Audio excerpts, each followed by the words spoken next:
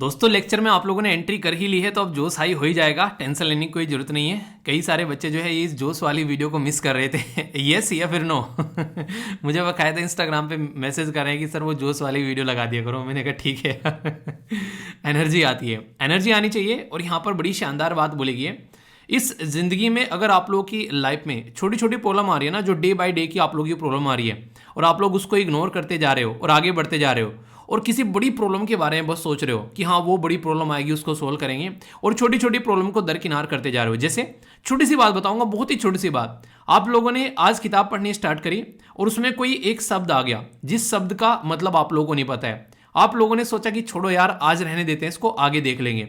वो शब्द फिर आ गया, फिर आप लोगों ने छोड़ दिया। इस तरीके से कुछ शब्द और आए, आप लोगों ने उनको भी छोड़ने की आदत बनाना स्टार्ट कर दी। आगे चलकर कुछ ऐसी चीजें आएंगी एग्जाम के अंदर में कि आप लोग एक पर्टिकुलर पैराग्राफ का मीनिंग ही नहीं समझ पाओगे। क्यों? क्योंकि आप लोगों ने बहुत सारे जो वर्ड जो हैं वो छोड़े थे। तो जिंदगी में आप लोग की जिंदगी में जो आप लोग को आगे बढ़ने से रोकता है ना, वो कहते हैं कि जूते में कंकड़ जो आ जाती है ना, वो आप लोग को आगे बढ़ने से रोकते हैं, ना कि आप लोग के सामने खड़ा हुआ पहाड़ आप लोग को आगे बढ़ने से रोकता है। पहाड़ को तो तोड़कर उसमें से यार मांझी ने रास्ता बना दिया। तो आप लोग की जिंदगी में डेली मॉर्निंग में प्रॉब्लम आती है, उठना है टाइम पर, नहीं उठ पा रहे हैं। प्रॉब्लम क्या है? बस इतना सा है कि आलस कर गए, नहीं उठ पाए। ये छोटी सी प्रॉब्लम है इन डायरेक्ट वे में देखा जाए। जब अलार्म बजा आप लोगों ने तुरंत उठकर पानी पिया और पानी पीकर अपना फ्रेश व्रेश होने लगे, अपने काम पर लग गए। तो ये होती है जरा सी देर में आप लोगों ने उस आलस को जीत लिया, उस प्रॉब्लम को जीत लिया और ये माइंड में सेट कर लिया आप लोगों ने कि हाँ ऐसे ही करना है डेली, कि जैसे ही अलार्म बजना है एकदम उठ के खड़े हो जाना है। तो आप लोग अपनी लाइफ को देखेगा कितने शानदार तरीके से इंप्रूव होती नजर आएगी। छोटी छोटी चीजें यार, आप लोगों ने डेली बैठकर अपना एक छोटा सा शेड्यूल बनाया, ओनली 5 मिनट लगेगी कि आज के दिन में आप लोगों को क्या करना है, और फिर शाम को बैठकर उसको रिव्यू कर डाला कि आज हम लोगों ने क्या क्या किया है। ये इतना सा काम करने से आप लोगों की जो अपने ऊपर एक तरीके से नजर है वो गड़ जाएगी। दुनिया में क्या चल रहा है उससे आप लोगों की नजर हट जाएगी। इससे क्या होगा? इससे आप लोगों की इफिशिएंसी बहुत ही माइंड ब्लोइंग तरीके से इंक्रीज होगी और आप लोगों को ये पता रहेगा कि कहां कहां पर आप लोगों ने अपने टाइम को ढंग से यूटिलाइज किया है। ये भी इसी पैटर्न में एक छोटी सी चीज है, जैसे एसएलवी प्लानर में आप लोगों के साथ में शेयर करता हूं, तो आप लोग इसको ध्यान से देखिएगा। इसमें बेकायदा मैंने बोला है कि कितने पानी के गिलास आप लोगों को पीने हैं। इस पर टिक लगाते रहोगे ना, आप लोगों को मजा आएगा कि अच्छा एक पानी हो गया, एक टिक लगा दिया, 2 पानी हो गए गिलास के, 2 टिक लगा दिए। और जब आप लोग अपने आप को एनालाइज करोगे किस घंटे में क्या किया है, तो आप लोगों को अपनी करतूतें भी पता चलेंगी कि हाँ यार इस घंटे में तो हम लोगों ने बोला था पढ़ाई करेंगे, पर इस घंटे में तो यार हम लोग फोन में लगे हुए थे। इस घंटे में बोला था पढ़ाई करेंगे, इस घंटे में तो यार हम लोग सो रहे थे। तो आप लोग अपने आप को समझ पाओगे कि आप लोग कहते क्या हो और करते क्या हो। कथनी और करनी में फर्क आप लोग पकड़ पाओगे। और फिर जब पूरा डे कंप्लीट होगा, अपने आप को स्टार देने की बात आएगी ना कि कितने स्टार आप लोगों को अपने आप को देने हैं, तो उससे आप लोग रियलिटी में अपने अंदर झांकोगे तो आप लोगों को पता चलेगा कि आप लोग कितने स्टार के लायक हो। कोई और नहीं दे रहा आप लोग स्टार, इज्जत बेइज्जती आप लोगों की खुद की नजरों में हो रही है।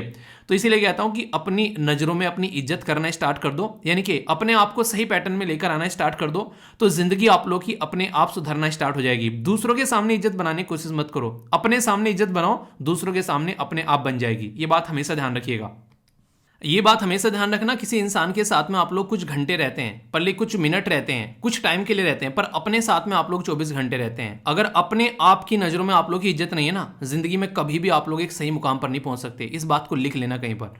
तो इसलिए पहले अपनी नजरों में अपनी इज्जत बढ़ाओ। और वो कैसे होगी?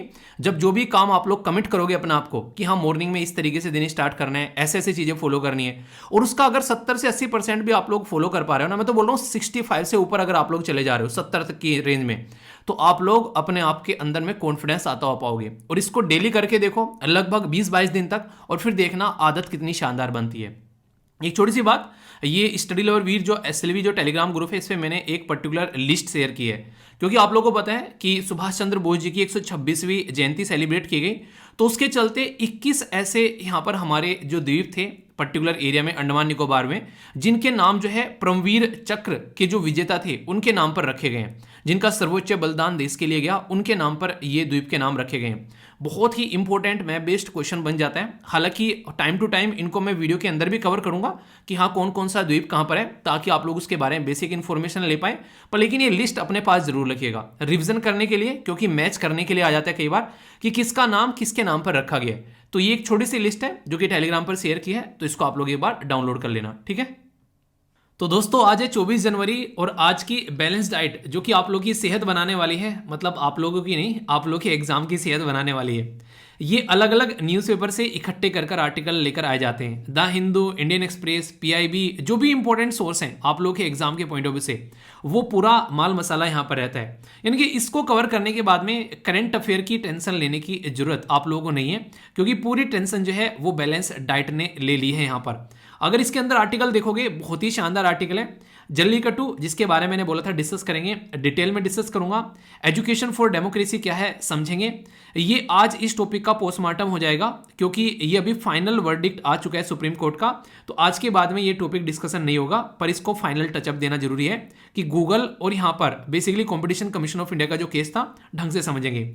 इलेक्ट्रोल बॉन्ड क्या होते हैं जानेंगे। इंडिया के अंदर जो टोर्टोइज यानी कि जो कछुए हैं वो क्या दिक्कतें फेस कर रहे हैं इसके बारे में समझेंगे। ड्रोन तो सुना है, पर ड्रोन जैमर क्या है ये जानेंगे अच्छे से। ग्रामीण उद्यमी प्रोग्राम क्या है, बहुत ही इंपॉर्टेंट प्रोग्राम है, एक स्कीम है जिससे क्वेश्चन बन सकते हैं। माइनॉरिटी स्टेटस के बारे में आप लोगों से यहां पर बात करूंगा, ठीक है। इसी के साथ में ये जो आर्टिकल्स होंगे इनमें कई सारे क्वेश्चन भी हम लोग प्रैक्टिस करेंगे, जो कुछ बनाए गए हैं आप लोगों के लिए और कुछ ऑलरेडी यूपीएससी के द्वारा पूछे जा चुके हैं।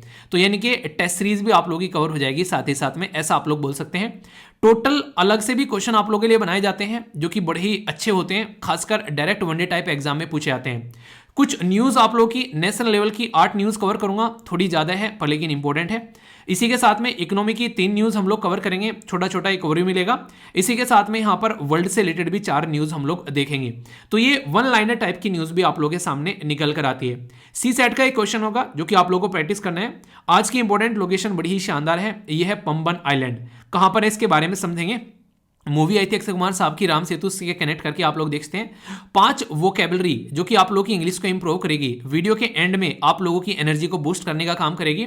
और आज के एसएलवी कमांडो है रोहित के द्वारा जो आंसर दिए गए हैं उनको देखकर आप लोगों के चक्षु खुल जाएंगे, इतने डिटेल में शानदार तरीके से रोहित ने आंसर दिए हैं। तो जाकर आप लोग देखना, कल की वीडियो के नीचे पिन कर दिए हैं। जिस किसी ने बेसिकली आंसर नहीं दिए हैं या फिर जिसको समझ में नहीं आ रहा था कि आंसर क्या होगा, वो उनको जाकर यहाँ पर देख सकता है।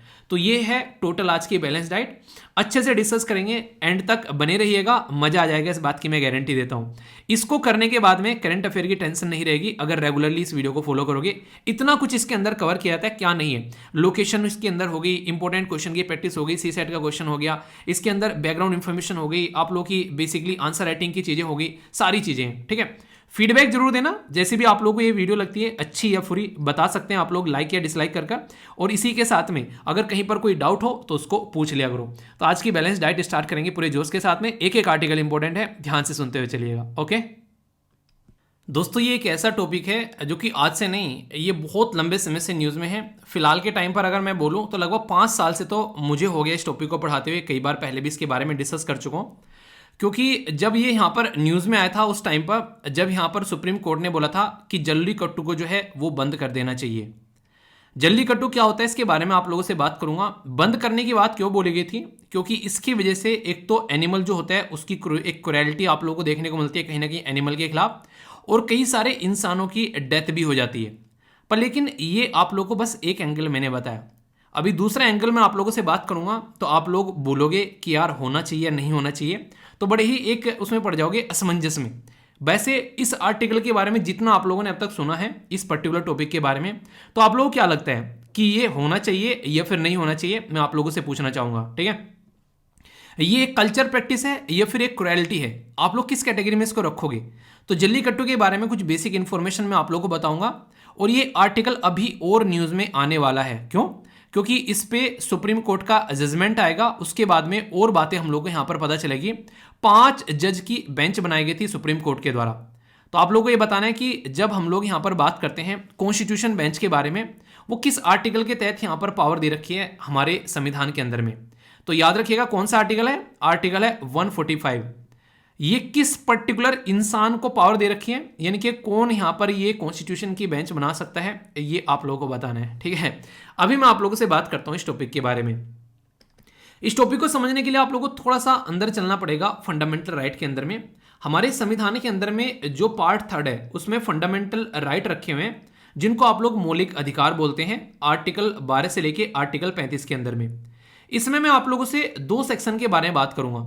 एक सेक्शन तो आप लोग बोलते हो right to freedom of religion, जो कि आर्टिकल 25 से लेके आर्टिकल 28 तक आता है, और दूसरा सेक्शन यहां पर बोलते हो कल्चर एंड एजुकेशनल राइट, जो कि 29 और 30 आर्टिकल के अंदर में आता है। ये जो टॉपिक है, ये टॉपिक नॉर्मली कई सारे लोग बोलते थे कि इसको यहां पर रिलीजन के अंदर रखना चाहिए, पर लेकिन इसको टॉपिक को यहां पर रखा ही नहीं गया है। जल्लीकट्टू वाला जो इशू है उसको कल्चर की कैटेगरी में यहां पर रख दिया गया है, यानी कि तमिलनाडु के लोग यहां पर ये बोल रहे हैं कि ये हमारे कल्चर का पार्ट है। तो जीएस पेपर 2 में पॉलिटी के अंदर में यहां पर आर्टिकल 29 के तहत यहां पर इनके द्वारा बोला गया है, जो कि जल्लीकट्टू जो है वो हमारे कल्चर का पार्ट है। और आर्टिकल 29 खुद बोलते हैं यहां पर कि प्रोटेक्शन करना है जो इंटरेस्ट होते हैं, खासकर जो कल्चर होती है, माइनॉरिटी के इंटरेस्ट होते हैं, उसके बारे में भी यहां पर बात की जाती है। यानी कि आप लोग यहां पर ये बोल सकते हैं कि सांस्कृतिक और शिक्षा का जो अधिकार है आर्टिकल 29 और 30 के अंदर में, इसके तहत यहां पर इस पर्टिकुलर टॉपिक को रखा गया। तो यहां पर ये अभी कोर्ट जो है वो डिसाइड करेगा कि इसको कितना रखना है और कहां पर किस तरीके से लेकर चलना है। हालांकि ये एक स्पोर्ट की तरीके से देखा जाता है तमिलनाडु के अंदर में, क्योंकि यहां पर क्या होता है, ये जो पर्टिकुलर बुल होता है इसको कंट्रोल करना होता है, ठीक है। एक तरीके से इसके ऊपर सिक्के बांधे जाते हैं, उन सिक्कों को निकालना होता है। इसकी जो टैम होती है, ये जो ठेठ बोलते हैं बेसिकली, इसको पकड़कर यहां पर इसको कंट्रोल करने की बात यहां पर की जाती है। और कई बार इस पर्टिकुलर प्रक्रिया के अंदर में दिक्कतें देखने को मिल जाती हैं, यानी कि कई सारे लोगों की जान जाती है। अभी रिसेंटली भी आप लोगों ने ये न्यूज़ सुनी होगी कि यहाँ पर अभी एक पर्टिकुलर पर्सन की जान गई, जब रिसेंटली ये फेस्टिवल यहाँ पर सेलिब्रेट किया गया। ये फेस्टिवल क्यों बोला मैंने, क्योंकि वैसे तो ये स्पोर्ट है, पर लेकिन पोंगल का जो त्योहार है उसके उपलक्ष्य में यहाँ पर ये जनवरी के महीने में ये स्पोर्ट जो होता है वो सेलिब्रेट किया जाता है तमिलनाडु के अंदर में। और सबसे बड़ी बात यहां पर यह है, जो तमिलनाडु के अंदर में जो लोग हैं, जब यहां पर इसको बैन करने की बात की गई, इतना बड़ा प्रोटेस्ट हुआ जिसकी कुछ हद नहीं है। इसके चलते यहां पर यह बात बोली गई कि हमारी जो हिस्टोरिकल चीजें हैं उसके ऊपर क्वेश्चन मार्क लगाए जा रहे हैं। क्यों? क्योंकि जल्लीकट्टू का जो उदाहरण है आप लोगों को, वो तमिलनाडु की जो एंशिएंट कल्चर है वहां पर भी जल्लीकट्टू के बारे में बेसिकली यहां पर बताया गया है कि ऐसा कोई यहां पर चीजें जो थी वो देखने को मिला करती थी। फिलहाल के टाइम पर यहाँ पर ये जो चीज़ें चल रही हैं आप लोगों के सामने, ये हमारे देश के अंदर में जल्लीकट्टू को लेकर, ये बेसिकली एनिमल से रिलेटेड जो ऑर्गेनाइजेशन है वो बोलती है कि एनिमल के खिलाफ क्रुएल्टी हो रही है। पर लेकिन तमिलनाडु के लोग यहाँ पर ये बोलते हैं कि ये जो बैल यहाँ पर हम लोग इस्तेमाल कर रहे हैं इस पर्टिकुलर इस गेम के अंदर में, इस बैल को इस गेम के अंदर में इस्तेमाल करने के अलावा इस बैल का कोई और यूज़ है ही नहीं है आज की डेट में। अगर इस गेम के अंदर में इसका इस्तेमाल करना बंद कर दिया तो ये जो इस पर्टिकुलर बैल की जो प्रजाति है ये यहां पर खत्म हो जाएगी। ऐसी बातें यहां पर बेसिकली बोली जाती है। तो यहां पर इस एनिमल को यहां पर प्रोटेक्शन प्रोवाइड करवा रहा है ये पर्टिकुलर गेम, ये यहां पर इनके द्वारा अपनी बातें यहां पर रखी जा रही है। और ये एक ऐसा गेम है जो आज का नहीं है, ये पता नहीं कब से यहां पर जो गेम आप लोगों को यहां पर देखने को मिल रहा है। और सबसे बड़ी बात बता दूं, मैंने 2017 में बोला कि यहां पर इसको बैन कर दिया गया था, पर इंटरेस्टिंग वे में अगर मैं थोड़ा सा बैकग्राउंड में जाकर बात करूं, जो पिटीशन फाइल की गई थी वो 2006 में फाइल की गई थी, यानी कि 2 दशकों से भी पुराना है ये आर्टिकल, और आगे भी आर्टिकल आएगा तो कोई बड़ी बात यहां पर नहीं होगी। तो ये आप लोग यहां पर समझ सकते हैं, ठीक है। तो कहने का मतलब यहां पर ये है कि ये रिपीटेडली आप लोग को आर्टिकल यहां पर देखने को मिलेगा। सुप्रीम कोर्ट के द्वारा जब यहां पर इसको बैन किया गया, पीटा जो पर्टिकुलर ऑर्गेनाइजेशन है जो एनिमल्स के बारे में बात करती है, उसके तहत यहां पर बोला कि इसको बैन कर देना चाहिए, क्योंकि एनिमल की एक तरीके से यहां पर क्रुएल्टी हो रही है और लोगों की जान भी जा रही है। सुप्रीम कोर्ट के बैन करने के बाद में यहां पर फिर मुद्दा क्या निकल कर आया, फिर यहां पर इसके अंदर अमेंडमेंट की बात की, और खुद यहां पर तमिलनाडु गवर्नमेंट के द्वारा एक कानून बनाया गया कि हमारा कल्चर का अधिकार है, ठीक है। और रिसेंटली अभी 8 दिसंबर को यहां पर जल्लीकट्टू केस के बारे में बात करने की जब यहां पर मुद्दा निकल कर आया, तो कलेक्टिव कल्चर की बात की गई आर्टिकल 29 के अंदर में। तो इसके चलते यहां पर ये बातें बोली गई है। तो कंसर्न क्या है अगर इसके बारे में बात करें और क्या क्या चीजें निकल कर आ रही है, तो आर्टिकल 29 के बारे में एक तो सीधा सीधा मैंने आप लोगों को बता दिया, उसको देखकर चल रहे हैं। वैसे किसी को समझना है तो पीपीटी के अंदर में आप लोगों को पूरी टाइमलाइन दे दी है, ठीक है। कहां से चीजें हुई थी 2006 में, कहां से चीजें चली, फिर 7 में 8 में, जिसको समझ में नहीं तो सारी छोटी छोटी सी ये कटिंग्स यहां पर लगा दी हैं ताकि आप लोग इनको समझ सको अब तक यहां पर क्या मुद्दा चल रहा है। तो इसको अंडरस्टैंडिंग, जैसे मैंने तो टॉपिक अभी पढ़ा दिया आप लोगों को, पर आगे चलकर अगर आप लोग रिविजन करने बैठो तो आप लोग उन पॉइंट्स को कनेक्ट कर पाओ कि अच्छा ऐसे ऐसे था यहां पर।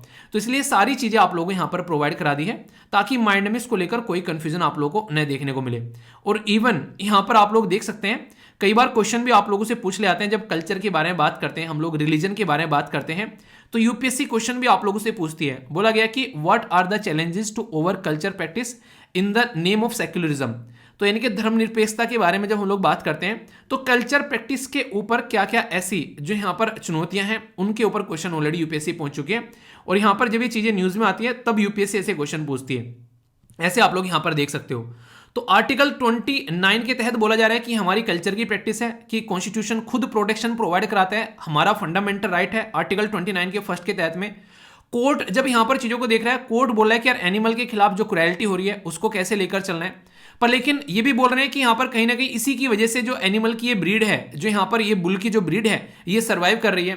तो ये बातें आप लोगों को यहां पर देखने को मिलेगी।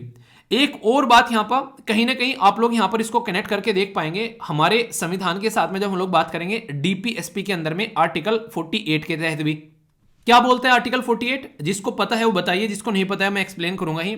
आर्टिकल 48 यहां पर ये बोलता है कि अगर कोई भी क्रुएलिटी हो रही है एनिमल्स के खिलाफ, यहां पर काउस के खिलाफ, यहां पर एक तरीके से उनके खिलाफ जो कि दूध देने वाले एनिमल हैं, तो यहां पर एग्रीकल्चर जो एनिमल है एक तरीके से उनके खिलाफ में कोई भी ऐसी चीजें मिल रही है तो यहां पर उसको रोका जाएगा। तो आर्टिकल 48 के तहत भी यहां पर एक तरीके से आर्टिकल 48 के तहत भी यहां पर एक तरीके से मुद्दा एक तरीके से यहां पर इंक्लूड हो जाता है।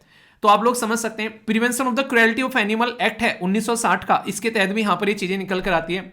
तो बहुत सारी चीजें ना आपस में आकर जुड़ गई हैं, ठीक है। एक बोल रहा है मेरा अधिकार है, दूसरा बोल रहे हैं यहां पर कि गवर्नमेंट बोल रही है कि यहां पर ये एनिमल के खिलाफ क्रुएल्टी हो रही है, वो वाली बात हो गई। तो तीसरा बोला है कि इसके खिलाफ तो कानून भी बना हुआ है कि यार इसको रोको, तो ये वाली बात होगी। तो कई सारी चीजें एक साथ में निकल कर आ गई। 2011 में सेंट्रल गवर्नमेंट के द्वारा ऐड किया गया bull to the list of animal, ठीक है। इसी के साथ में सुप्रीम कोर्ट ने बैन किया जल्लीकट्टू जो था यहाँ पर। जजमेंट जो है यहाँ पर निकलकर एनिमल वेलफेयर जो बोर्ड ऑफ इंडिया वर्सेस जो यहाँ पर नागराज केस था उसके तहत में यहाँ पर 2018 में फिर रेफर कर देगा जल्लीकट्टी केस को सुप्रीम कोर्ट की बेंच के, जो कि अब तक भी पेंडिंग पड़ा हुआ है। तो जैसे जैसे यहाँ पर सोल्यूशन आएगा, अभी ये आर्टिकल आगे भी न्यूज में आएगा, हालांकि मैं वेट इसका इसीलिए कर रहा था, मैंने कहा सुप्रीम कोर्ट का एक बार जजमेंट आया था, पर कोई नहीं, अभी इस आर्टिकल को हम लोग एक बार देख ले रहे हैं। जैसे आगे इसके बारे में जो भी न्यूज आएगी फिर से उसको कवर कर लेंगे और आप लोग का एक रिवीजन भी यहां पर हो जाएगा, ठीक है। तो आर्ग्यूमेंट इन फेवर और आर्ग्यूमेंट इन अपोजिशन अगर आप लोगों को लिखने के लिए आ जाए जैसे, तो दोनों तरीके से यहां पर प्रोवाइड करा दिए गए। रिलीजियस और कल्चर अधिकार हो गया, फेवर में बोल रहे हैं, ठीक है। इसी के साथ में यहां पर एक तरीके से आप लोग बोल सकते हैं कि कहीं ना कहीं जो यहां पर ऐसी चीजें होती है ना, जैसे मैंने बोला अभी यहां पर आप लोगों से, ठीक है। तो आप लोग देखते हैं कि पर्टिकुलर एक एरिया में फैला हुआ ये पर्टिकुलर एक ऐसा सिस्टम हो गया जो कि पर्टिकुलर कास्ट क्रीड के साथ भी कनेक्ट करके यहां पर देखते हैं। ओल्ड एज सिस्टम यहां पर चला हुआ आ रहा है, कल्चर की कम्युनिटी की कनेक्टिविटी यहां पर इसके साथ में आप लोगों को देखने को मिलती है, इंडिजिनस ब्रीड को प्रोटेक्ट करने का यहां पर ये काम कर रहा है। तो इस तरीके से आप लोग यहां पर देखते हैं। तो सोशल कल्चर को जब हम लोग कनेक्ट करते हैं तो एक नेक्स्ट लेवल की बात आती है। पर लेकिन अगर इसके अपोजिट में जाएंगे तो यहां पर ऑलरेडी जो है इंपोज कर दिया गया है बैन, किसके द्वारा, सुप्रीम कोर्ट के द्वारा, ठीक है। इसी के साथ में यहां पर जैसे मैंने बोला अभी डेथ होती है, इंजुरी होती है, क्रुएल्टी होती है एनिमल के खिलाफ, वो सारी बातें आप लोग यहां पर देखने को मिलती है। तो इस तरीके से समझ सकते हैं। पर लेकिन वही बात है, यहां पर कुछ सारे लोग जो है उसको एक तरीके से क्रिटिसाइज करते हैं कि ये तो बिल्कुल जैसे सती होती थी, ठीक है, डोवरी होती थी, वो भी पुराने समय से चली हुई आ रही प्रथा है यहां पर लेकिन उनको रोका गया, तो क्या इसको रोका नहीं जाएगा, इस तरीके की बातें की जा रही हैं। तो हर एक इंसान जो है वो अपने तर्क देना स्टार्ट कर देता है फिर, ठीक है, कि ये उसके साथ में कंपेयर कर लो। बहुत ज्ञानी देश है हमारा, ठीक है, हर एक इंसान कुछ ना कुछ बताता हुआ मिल जाएगा। पर लेकिन बैलेंस कहां होना है वो देखने वाली बात होगी। तो सुप्रीम कोर्ट के लिए आसान नहीं है यहाँ पर इसके ऊपर जजमेंट देना, बहुत ही बड़ा हंगामा होगा अगर चीजें इधर उधर हुई जरी से भी। तो बैलेंस बना के चलने वाली बात होगी बहुत ज्यादा, ठीक है। तो ये बेसिक है। चलिए क्वेश्चन भी इसके ऊपर देख लेते हैं। बात की जा रही है कि consider the following statement with reference to the Jallikattu. एक ट्रेडिशनल स्पोर्ट है जो कि आप लोगों को देखने को मिलता है। ये पॉपुलर है कहां पर, इंडियन स्टेट के अंदर में, खासकर तमिलनाडु के अंदर में, और सेलिब्रेट किया जाता है अप्रैल के महीने में, जब यहां पर हार्वेस्टिंग फेस्टिवल होता है, पोंगल, उस टाइम पर। तो आंसर क्या है, only one, only two, both या फिर नन। सही आंसर आप लोग, बेसिकली आंसर आप लोग को बताना है। बताइए आंसर क्या है, कर देना गलत आंसर, गलत दिया ना, इनकरेक्ट पूछा था यहाँ पर, ठीक है। किस ने गलत दिया। तो यहाँ पर अप्रैल की बात की जा रही है, तो आंसर क्या हो गया, आंसर बी हो गया। अप्रैल नहीं है यहाँ पर, जनवरी है। अभी मैंने बोला जनवरी में पोंगल सेलिब्रेट करते हैं। तो इस तरीके से क्वेश्चन आप लोगों से पूछे जाते हैं, ज्यादा घुमा फिरा कर नहीं, सीधा सीधा क्वेश्चन था, तो आप लोगों से एग्जाम में पूछ लिया जाएगा। तो यहाँ पर आर्टिकल 48 भी हो गया, आप लोगों आर्टिकल 29, 30 के बारे में बात कर ली। यूपीएससी के द्वारा क्वेश्चन भी आप लोगों से पूछा जा सकता है, क्या क्या ये इसकी कल्चर की क्या क्या कनेक्टिविटी है वो आप लोग यहाँ पर देखते हैं, हिस्टोरिकली देखोगे, ये सारी चीजें जो हैं वो डायरेक्ट आप लोगों से क्वेश्चन बनते हैं, ठीक है। तो जल्लीकट्टू वाला जो एक इशू है ये टाइम टू टाइम न्यूज़ में देखने को मिलता रहता है। तो टेंशन मत लिया करो यार, कोई आर्टिकल ये मत सोचा करो कि आर्टिकल बच गया है, ठीक है। मुझे पता है कौन सा आर्टिकल इंपॉर्टेंट है और उसको कब तक रखना है, मुझे वो भी सारी बातें पता है, और कब उसको डिस्कस करना है। टेंशन मत लिया करो। अगर कोई आर्टिकल मैं छोड़ रहा हूँ इसका मतलब ये है कि वो आर्टिकल मुझे पता है फिर रिपीट होने वाला है। क्यों? क्योंकि ये इतने लंबे समय से कई बार आ चुका आर्टिकल। मैं चाहता तो इसको 3-4 बार डिस्कस करके आपका टाइम वेस्ट हो सकता था उसमें, उसकी जगह हम लोगों ने कुछ और डिस्कस कर लिया, क्योंकि मुझे पता है फिर से न्यूज़ में आएगा जब सुप्रीम कोर्ट का डिसीजन आएगा तो उस टाइम पर फिर से इसको डिस्कस करेंगे। तो कई सारे आर्टिकल, जैसे इलेक्शन आते हैं, इलेक्शन के बहुत सारे आर्टिकल आएंगे, बजट आता है, बजट के बहुत सारे आर्टिकल आएंगे, बजट में ऐसा हो सकता है वैसा हो सकता है। क्यों पढ़े भाई साहब, बजट आ ही जाएगा तो पढ़ लेंगे ना क्या क्या है बजट के अंदर में। तो आप लोग इस तरीके से चीजों को देखा करो, मतलब पता होना चाहिए आप लोगों को क्या पढ़ना है क्या नहीं पढ़ना है। इलेक्शन कमीशन ऑफ इंडिया के ऊपर हजारों आर्टिकल आते हैं, हजारों कवर करोगे क्या? एक ही टॉपिक पढ़ते रहोगे? इतना बड़ा सिलेबस है यूपीएससी का। तो जो पढ़ा रहा हूं उसको ढंग से कवर कर लो। इतना यकीन कर लो यार, जब एग्जाम में जाकर बैठोगे ना आप लोगों को निराश नहीं होने दूंगा, ठीक है। खासकर जब मेंस देखोगे ना, आप लोग पेपर उठाकर देखोगे तो आप लोगों को पता चलेगा कितने सिस्टमेटिक वे में सारी चीजें जो हैं वो कवर की गई हैं। आंसर राइटिंग के लिए क्वेश्चन तो देखो आप लोग, कितने सारे बच्चे जो आंसर राइटिंग कर रहे हैं उनका देखो आप लोग जाकर कैसे आंसर लिख रहे हैं। और कोशिश किया करो कि 1 या 2 आंसर आप लोग रिव्यू कर लिया करो, उससे आप लोगों को पता चल जाएगा कि आप लोगों ने कैसा आंसर दिया है, ठीक है। तो यहां पर आप लोगों का आंसर कैसा है, सामने वाले का आंसर कैसा है, उसमें कुछ गलती आप लोगों को दिख रही है क्या, वो भी आप लोग चेक कर सकते हो। तो कहने का मतलब ये कि एक दूसरे से सीख कर आप लोग आगे बढ़ सकते हो। 5-10 मिनट लगेंगे, ज़्यादा टाइम नहीं लगेगा, ठीक है। तो इस तरीके से आप लोग अपना टाइम जो है वो डिवाइड कर सकते हो। और इसी के साथ में SLV पीडिया के नाम से जो टेलीग्राम ग्रुप है वो जरूर ज्वाइन करना। वहां पर डेली एक आर्टिकल पोस्ट करता हूं, कम से कम एक आर्टिकल आप लोग पढ़ लिया करो, उससे आप लोगों का रीडिंग कॉम्प्रिहेंशन बन जाएगा। कई सारे बच्चे बोले सर ये सुनने के बाद में न्यूज़पेपर भी पढ़ेगा, यार देखो ये वो आप लोगों की श्रद्धा है, पर लेकिन अगर जितना मैं कवर करा रहा हूं इतना अगर करंट अफेयर आप लोग रेगुलर कवर करके चल रहे हो, सोच के देखो कितने सारे क्वेश्चन की प्रैक्टिस हो जाती है इसके अंदर में। आप लोगों को क्या नहीं मिलता है इसके अंदर में, पूरा एक पैकेज है पूरा, ये पूरे कई सारे घंटों की मेहनत होती है जो आप लोगों के सामने निकल कर आती है। तो इतना इंसान जब कोई मेहनत कर रहा है और आप लोगों के लिए सिस्टमेटिक वे में नोट्स की फॉर्म में PPT हिंदी और इंग्लिश में भी आप लोगों को मिल रही है, तो फिर आप लोग उसके ऊपर फिर से मेहनत करने बैठ रहे हो, तो फिर मतलब ये तो इसका कोई मतलब नहीं रहेगा ना इस वीडियो का फिर, ठीक है। तो ये इतने सिस्टमेटिक वे में वीडियो बनाई गई है, जो एक्सपीरियंस है पिछले ये जब से मैं पढ़ा रहा हूँ उसकी बेस पर, तो चीज़ों को ट्रस्ट कर थोड़ा सा फॉलो कर लो और फिर देखना एग्जाम में रिजल्ट कैसा आता है। पर ये नहीं कि आप लोगों ने पढ़ के छोड़ दिया, इसका रिविजन जरूर करना। वीकेंड में टेस्ट आता है आप लोगों का, वो टेस्ट प्रैक्टिस करना। एक पूरी वीडियो आती है मंथली, उसमें क्वेश्चन की प्रैक्टिस, और एक वीडियो आती है मंथली जिसमें न्यूज़ डिस्कस करता हूँ। ये सारी चीज़ें अगर आप लोग कवर करके चल रहे हैं तो आप लोग करंट अफेयर नेक्स्ट लेवल पर आप लोगों को देखने को मिलेगा, ठीक है। ये सारी चीजें कवर करते रहो और फिर देखो कितना मजा आता है। एक एक पॉइंट आप लोगों का कवर हो जाता है और हर लेवल पर चीजें आप लोग कॉन्फिडेंट फील करोगे। फीडबैक दे दिया करो पढ़ने के बाद में, जैसा भी लगता है अच्छा है बुरा, कोई इंप्रूवमेंट अगर बताना है तो लाइक या डिसलाइक कर आप लोग बता सकते हैं, ठीक है। बताना जरूर अगर कोई डाउट हो तो। वैसे ये बताओ आप में से कछुआ जो है किस किस को पसंद है। मुझे अभी एक बात याद आ गई, एक फ्रेंड था, बेसिकली बात चल रही थी कि क्या पालोगे यार ये बताओ, तो सबने बोला कि ये पालेंगे ये पालेंगे, उसने बोला कछुआ पालूंगा। मैंने कहा क्यों? यार कछुआ एक ऐसा जानवर है जो बहुत लंबे समय तक जीता है, मतलब मैं चला जाऊंगा वो तब भी जीता रहेगा, ठीक है। वरना सारे जानवर जो हैं मेरी आंखों के सामने ही मर जाएंगे और मुझे बड़ा बुरा लगेगा। तो मुझे बड़ा अच्छा लगा आइडिया क्योंकि जब किसी चीज़ को आप लोग पालते हो ना, एक पालतू जानवर जो होता है वो बीच में छोड़कर चला जाता है आप लोगों को, जैसे उनका एक टाइम ड्यूरेशन होता है, एक लाइफ होती है, ठीक है। तो काफ़ी दिक्कतें देखने को मिलती है, बहुत ही ज़्यादा कनेक्ट हो जाते हैं उसके साथ में। आप लोगों ने चीज़ फील भी करी होगी कभी ना कभी, अगर आप लोगों ने कोई पालतू जानवर पाला है, बताओ क्या पाला है कभी। तो इसी चलते यहाँ पर कछुए के बारे में आप लोगों से बात करूंगा इस आर्टिकल के बारे में। आर्टिकल में जो कछुआ यानी कि टोर्टोइज जो है वो 2 प्रॉब्लम फेस कर रहा है आज के डेट में। ये आर्टिकल द हिंदू के द्वारा भी कवर किया गया और ये आर्टिकल जो था इंडियन एक्सप्रेस के अंदर भी कवर किया गया, ठीक है। तो यानी कि आर्टिकल जो होता है, जो भी कोई ऐसा इंपॉर्टेंट आर्टिकल होता है, कोई ऐसा नहीं कि एक जगह ही कवर कर रहे हैं। जैसे यहाँ पर अगर आप लोग देखोगे तो इंडियन एक्सप्रेस के अंदर भी यहाँ पर इसको कवर किया गया सेम पैटर्न में कि हाँ 2 प्रॉब्लम जो है ये कछुए आज के डेट में फेस कर रहे हैं। तो आखिर क्या है वो प्रॉब्लम जो कि आज के डेट में कछुए फेस कर रहे हैं, तो इसके बारे में मैं आप लोगों से कुछ बातें करूंगा और खासकर आप लोगों को ये पता रहेंगी। तो इससे रिलेटेड क्वेश्चन जो है खासकर यूपीएससी ने पूछे हैं, जो कि मैं आप लोगों को दिखाऊंगा, तो इस टॉपिक की आप लोगों को इंपॉर्टेंस ही पता चलेगी। ये वो नहीं होती छोटी छोटी मगर मोटी बातें, पता नहीं कहाँ पर क्वेश्चन पूछ लिए जाते हैं, ठीक है।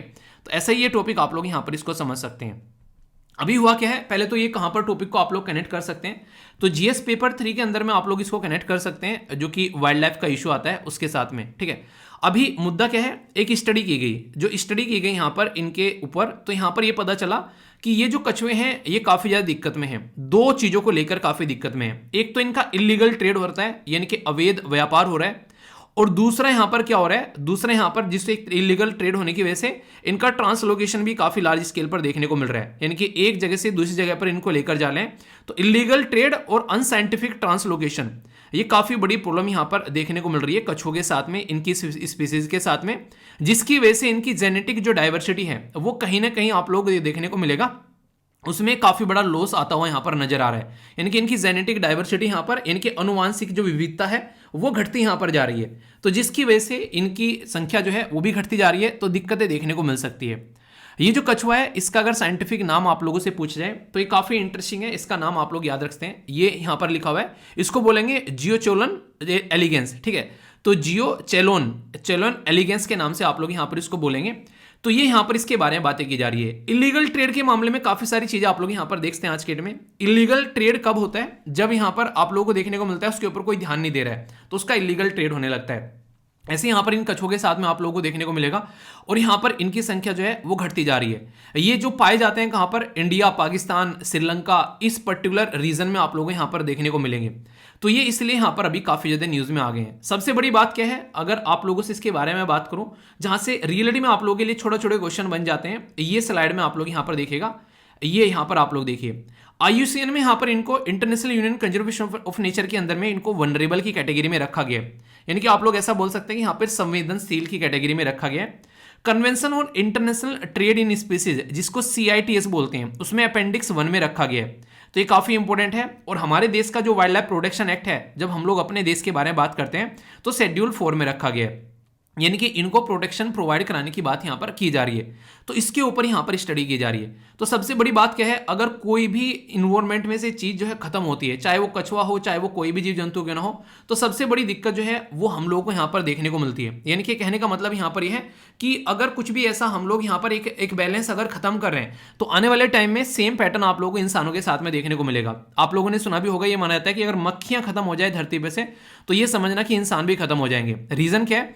बहुत सारी जैसे मधुमक्खियां हैं, मधुमक्खियां क्या करती हैं, वो आप लोगों ने सुना होगा जब आप लोगों ने बायोलॉजी के अंदर पढ़ा है कि जो भी फूल होते हैं उनके ऊपर से परागकण उठाकर एक दूसरे के ऊपर बेसिकली लेकर जाते हैं, उसकी वजह से यहाँ पर जो फल फूल पत्तियां ये सब चीजें बनती हैं। तो सोचो अगर वही खत्म हो जाएगी तो कैसी चीजें यहाँ पर चलेंगी। तो जो एक बैलेंस है ना वो काफी जरूरी है। पर लेकिन हम इंसान जो है अपने लालच के चक्कर में इतनी सारी चीजें बेकार करते जा रहे हैं कि बस अपने बारे में सोच रहे हैं और दूसरी चीजों के बारे में सोचना बिल्कुल बंद कर दिया है, जिसकी वजह से दिक्कतें देखने को मिलती हैं।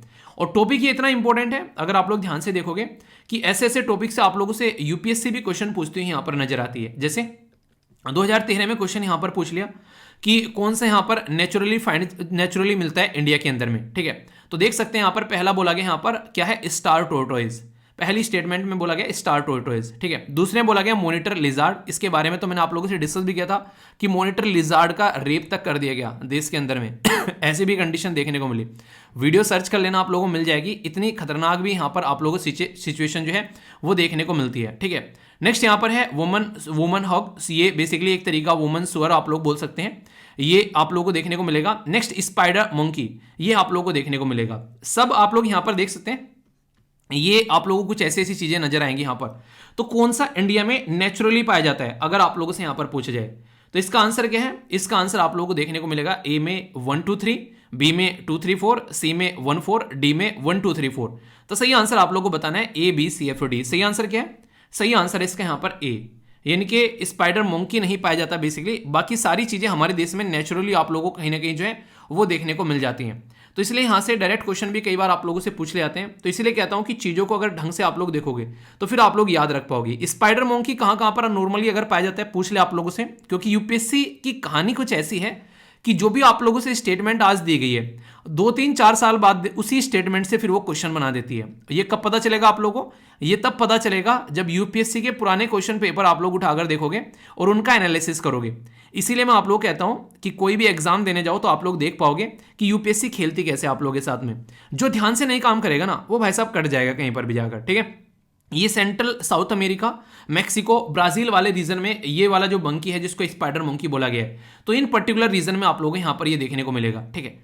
तो ये इसके बारे में आगे चलकर क्वेश्चन बन सकता है। तो इसलिए इसके बारे में भी थोड़ा सा मैंने आप लोगों को बता दिया ताकि अगर क्वेश्चन बने तो कंफ्यूजन आप लोगों के माइंड में न रहे।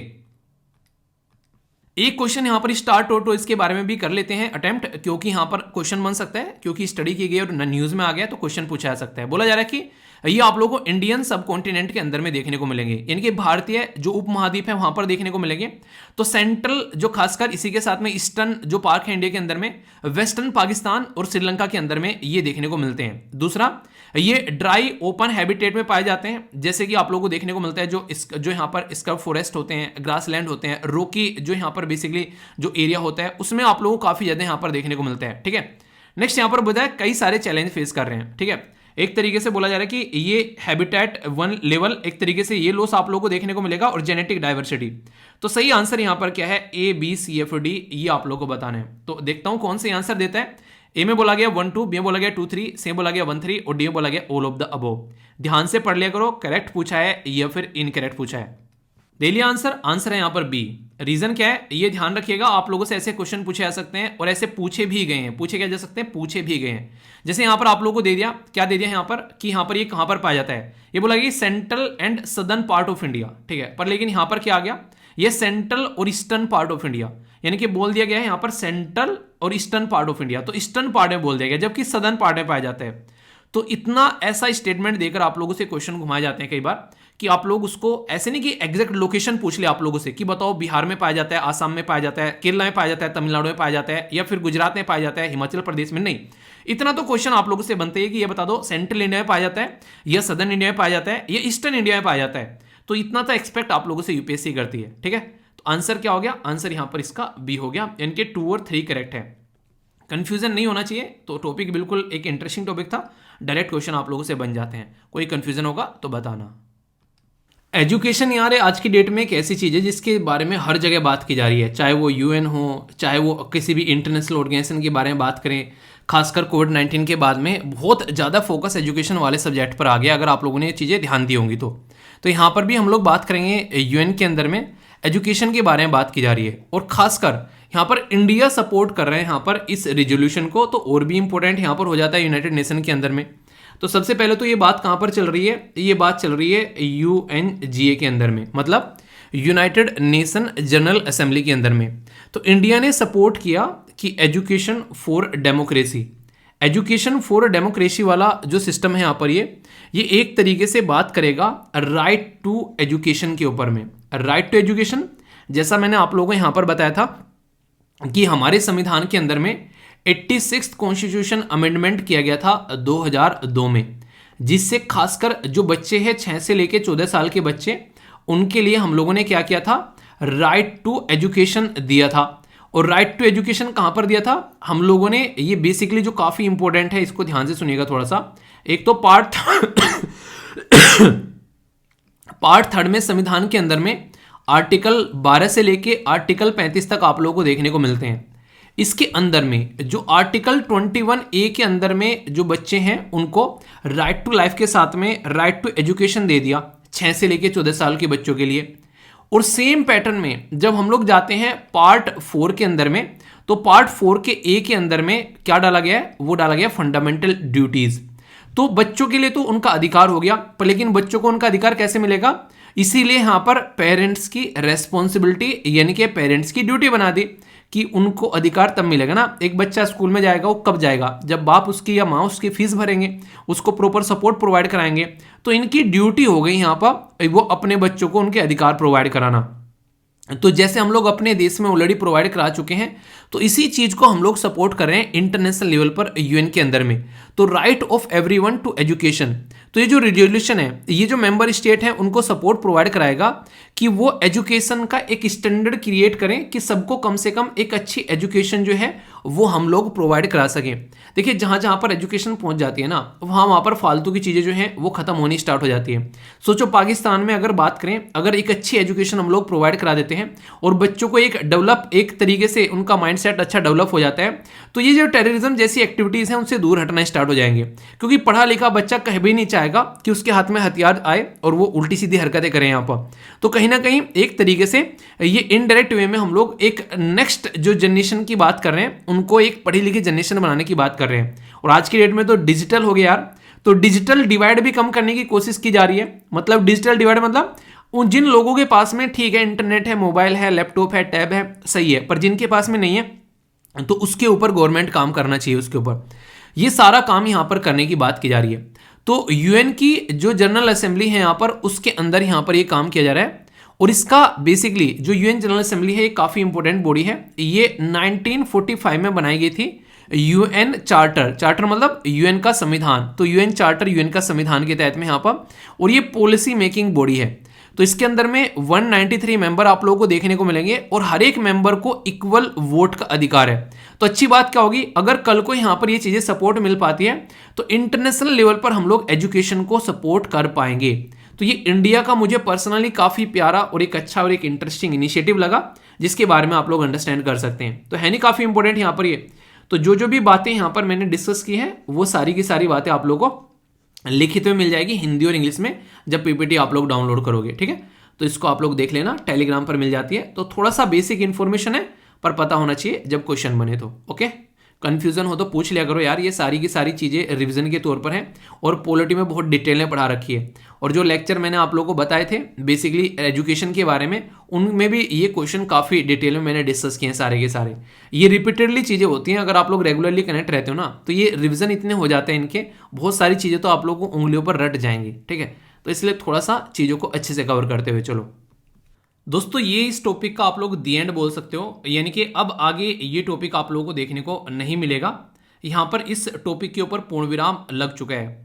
गूगल के ऊपर यहाँ पर कंपटीशन कमीशन ऑफ इंडिया के द्वारा जो है वो पेनल्टी लगाई गई थी, उसको लेकर गूगल जो है वो दर दर धक्के खाता हुआ घूमा। पहले एनसीएलटी के पास में गया, फिर सुप्रीम कोर्ट के पास में गया, कहीं पर भी राहत नहीं मिली है। और अब 31 मार्च तक यहाँ पर उसको बेसिकली केस को सुलटाने की बात यहाँ पर की जा रही है। ठीक है, तो ये केस जो है अब कंप्लीटली यहाँ पर कंप्लीट हो चुका है, इसलिए इसका पूरा एक कंप्लीट रिवीजन भी आप लोगों को हो जाएगा। अच्छे से इसके बारे में डिस्कस करेंगे, कुछ और एंगल इसके बारे में लगभग 2 या 3 आर्टिकल आप लोग के कवर हो जाएंगे इसी पर्टिकुलर टॉपिक में, जो कि टाइम टू टाइम यहाँ पर आते रहे।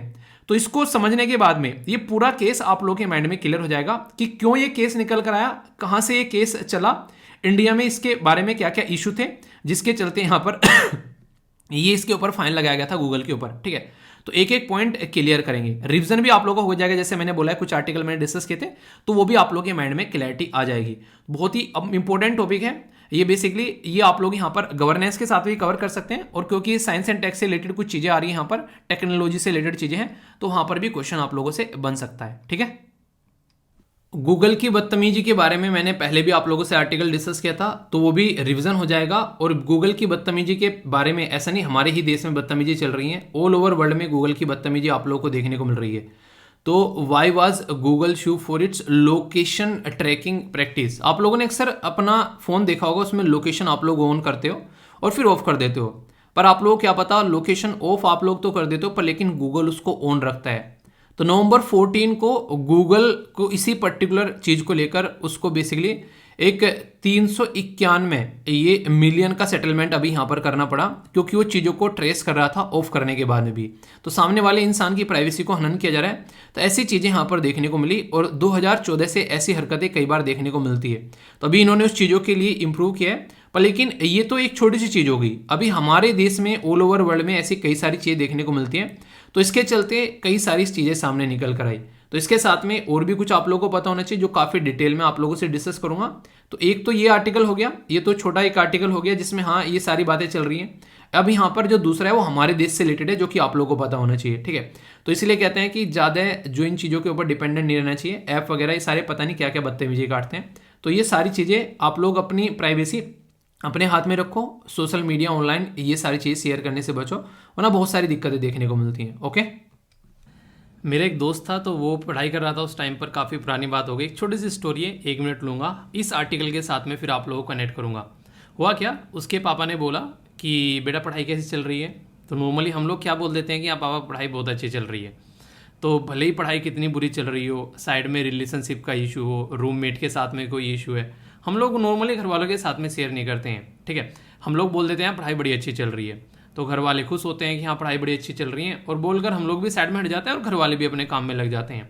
पर लेकिन रियलिटी में जब रिजल्ट निकल कर आता है, तो यहाँ पर क्या होता है, जो घर वालों का एक ट्रस्ट बना है ना, वो कहीं ना कहीं टूट जाता है कि यार पूरी साल तो ये बोलता रहा कि पढ़ाई बड़ी अच्छी चल रही है, पर अब रिजल्ट आ रहा है तो रिजल्ट में वो पढ़ाई दिख क्यों नहीं रही है। तो एक तरीके से आप लोगों ने अपने घर वालों का ट्रस्ट तोड़ दिया, ये बोलकर पढ़ाई अच्छी चल रही है और आप लोग पढ़ाई नहीं कर रहे हैं। अगर बोल रहे हो उनको अच्छी चल रही है तो पढ़ाई अच्छी करो। ये क्यों बोला? क्योंकि उसके पापा ने एक बार रिप्लाई किया कि बोला कि बेटा कुछ फेल हो जाना 70 पर मुझे कोई दिक्कत नहीं है, ठीक है, हम इतना है कि हम तुमको संभाल लेंगे, पर लेकिन कभी ट्रस्ट मत तोड़ना मेरा।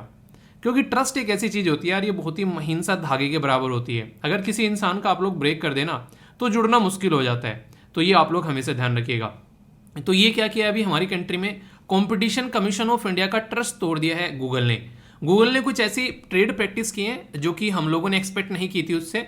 तो इसके चलते हमारी कंट्री में गूगल के ऊपर लगभग 936 करोड़ रुपए का फाइन लगा दिया गया है। आप लोगों ने देखा है कि हमारे देश में एक प्रोग्राम चलता है कौन बनेगा करोड़पति, तो करोड़ रुपए हमारे देश में ऐसा होता है कि पता नहीं यार कितने सारे रुपए हो गए। पर लेकिन यहाँ पर हम लोगों ने क्या किया है, हम लोगों ने इनके ऊपर 936 करोड़ रुपए, यानी कि मोटे मोटे तौर पर बोले तो 1000 करोड़ रुपए का फाइन लगा दिया गया है।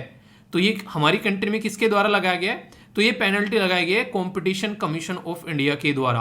यानी कि इतनी बड़ी पेनल्टी, आप लोगों को ये बड़ी पेनल्टी लग रही होगी ना। अगर मैं बताऊं तो यहाँ पर अभी रिसेंटली गूगल के ऊपर 4 बिलियन यूरो का फाइन लगाया गया था। 4 बिलियन यूरो, यानी कि जो हमने लगाया है ना फाइन, वो तो उसके सामने नगण्य है। इतना बड़ा फाइन अभी गूगल के ऊपर लगाया गया था। तो इस तरीके से आप लोग समझ सकते हैं। और भी कई सारी कंट्री में ऐसी ऐसी बड़ी बड़ी कंपनी के ऊपर अलग अलग फाइन यहाँ पर लगाए गए हैं, जो कि कम से कम बोल सकते हैं कोई यहाँ पर मतलब एक तरीके से हद पार कर देने वाली बात है। कोई यहाँ पर 27,000 करोड़ रुपए का फाइन लगा रहा है, इस तरीके से आप लोग समझ सकते हैं। तो बहुत ही बड़े बड़े फाइन यहाँ पर लगाए जा रहे हैं। हमारा फाइन तो बिल्कुल ना के बराबर है। अभी यहाँ पर फाइन क्यों लगाया गया है अभी मैं आप लोगों को ये बताऊंगा, पर उससे पहले आप लोगों को यहाँ पर एक बात बताऊंगा जिससे आप लोग चीजें समझ सकते हैं काफी अच्छे से। आज की डेट में आप लोग कोई भी फोन अगर मार्केट से खरीद कर लेकर आते हैं तो आप लोगों को देखने को मिलेगा उस फोन के अंदर ऑलरेडी आप लोगों को इंस्टॉल जो है वो गूगल नजर आएगा। उस फोन के अंदर आप लोगों को यूट्यूब का ऐप देखने को मिलेगा। उस फोन के अंदर कई सारे आप लोगों को प्रोडक्ट नजर आएंगे। और इवन अगर आप लोग बात करेंगे मैक्सिमम फोन के अंदर आप लोगों को जो बेसिकली एंड्रॉयड सिस्टम नजर आएगा, है कि नहीं है। आप लोगों को ये इंस्टॉल नहीं करने पड़ते हैं, ये प्री इंस्टॉल आते हैं। तो ये आप लोग जानते हैं सारे। अभी रिसेंटली क्या हुआ, रिसेंटली क्या बोलूं, बेसिकली 2019 से यहाँ पर हमारी कंट्री में जो कंपटीशन कमीशन ऑफ इंडिया है उसने इस चीज के ऊपर स्टडी करना स्टार्ट करी। यार मार्केट में तो बहुत सारे प्लेयर हैं अलग अलग, जैसे ओप्पो हो गया, वीवो हो गया, रेडमी हो गया, सैमसंग हो गया, मोटरोला हो गया, पता नहीं कितने कितने लोग जो हैं वो फोन बनाते हैं। सबके फोन में ये चीजें फिक्स है यहाँ पर। यानी कि इसका मतलब क्या है कि उन सब कंपनी के साथ में गूगल ने कॉन्टैक्ट किया और कॉन्टैक्ट करने के बाद में उनके साथ में एक कॉन्ट्रैक्ट साइन किया। और उसमें यहाँ पर ये बोला गया कि आप लोग एंड्रॉयड यूज करोगे, क्योंकि एंड्रॉयड ही मार्केट में एक ऐसा फोन है जो कि सब फोन को सपोर्ट करता है। इसके अलावा एप्पल का iOS है जो कि एक पर्टिकुलर डिवाइस के अंदर में आता है, पर लेकिन किसी भी कंपनी का फोन करना उसमें आप लोगों को एंड्रॉयड सिस्टम देखने को मिल जाता है।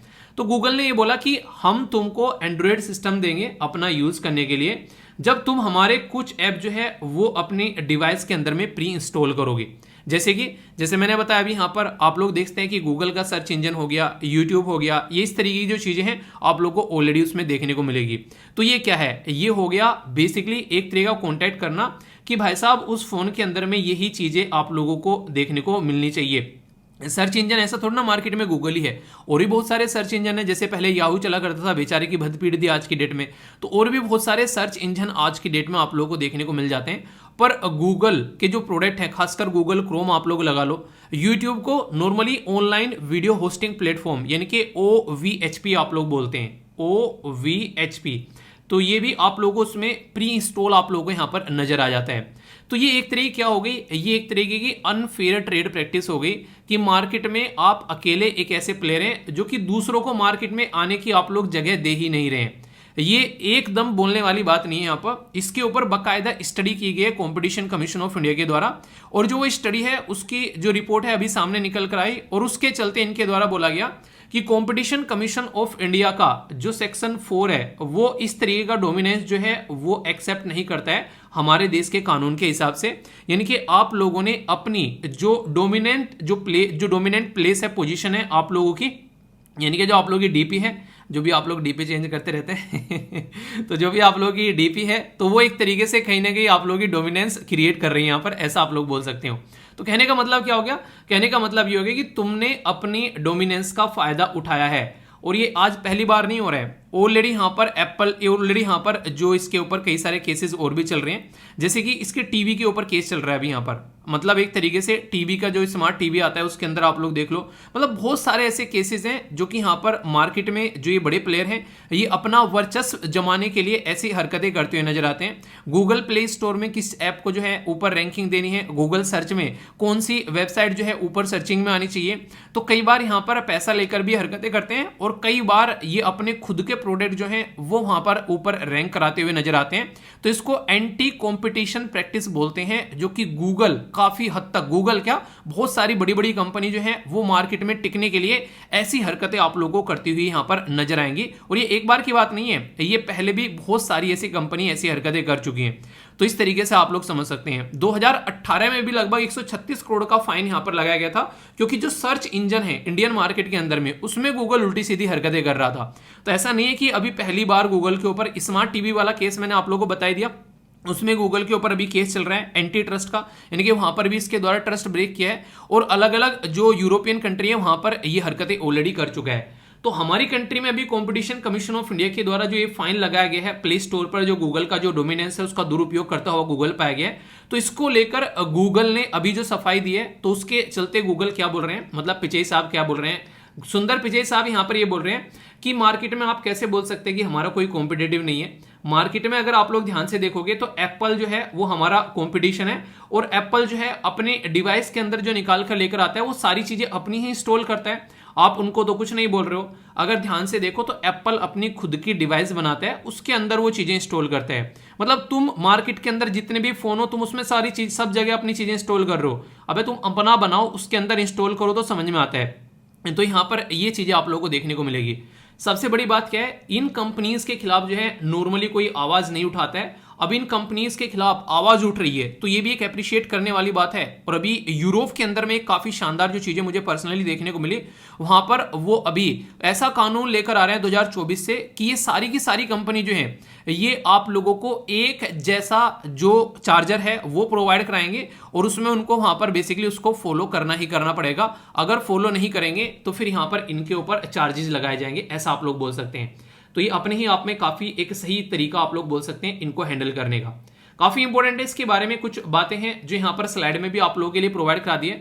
हमारी कंट्री में कंपटीशन कमीशन ऑफ इंडिया वो किस तरीके से काम करता है उसके बारे में भी आप लोगों से बात करूंगा, पर उससे पहले आप लोगों के सामने क्वेश्चन है जिसके चलते आप लोग अच्छे से इस आर्टिकल को समझकर लिखने की भी कोशिश करिएगा।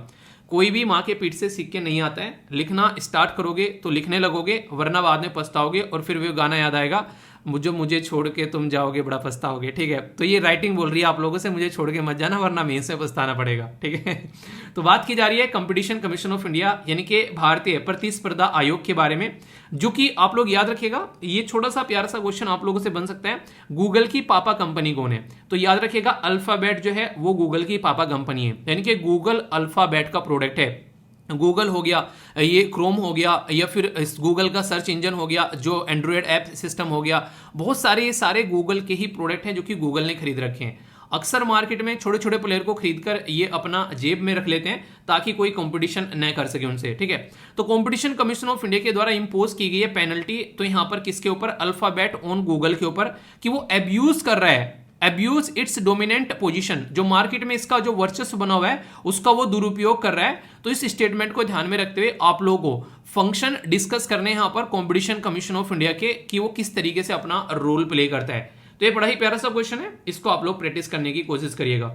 थोड़ा सा मैं आप लोगों को ओवरव्यू दे देता हूं जिससे कि आप लोगों के माइंड में क्लैरिटी हो जाए कंपटीशन कमीशन ऑफ इंडिया के बारे में, क्योंकि बॉडीज के बारे में पूछ लिया जाता है तो आप लोग की एक बॉडी भी यहां पर तैयार हो जाएगी जो कि काफी इंपॉर्टेंट है। और न्यूज में आगे इतनी बड़ी कंपनी के ऊपर फाइन लगाने की वजह से तो भाई साहब क्वेश्चन आप लोगों से पूछ रहे हैं तो हैरान परेशान मत होना कि कहां से क्वेश्चन बन गया। ठीक है, तो कंपटीशन कमीशन ऑफ इंडिया हमारी कंट्री में एक स्टैट्यूटरी बॉडी है। जो शब्द होता है स्टैट्यूटरी, इसका मतलब होता है वैधानिक, यानी कि कानून के द्वारा पास कर कर ये बनाई गई एक बॉडी है हमारे देश के अंदर में। और एक कानून है जो बेसिकली कंपटीशन कमीशन एक्ट, वो 2002 का है। इस कानून के हिसाब से बॉडी बनाई गई और बनाने के साथ में इसके अंदर में टोटल 7 मेंबर रखे गए सेंट्रल गवर्नमेंट के द्वारा कि तुम लोगों को ध्यान रखना है कुछ भी गलत प्रैक्टिस देश के अंदर में होती है तो उसका गला पकड़कर घसीट कर हमारे पास में लेकर आना उसको, बाकी जो है हम अपना आप देख लेंगे, बस इतना काम तुमको करना है।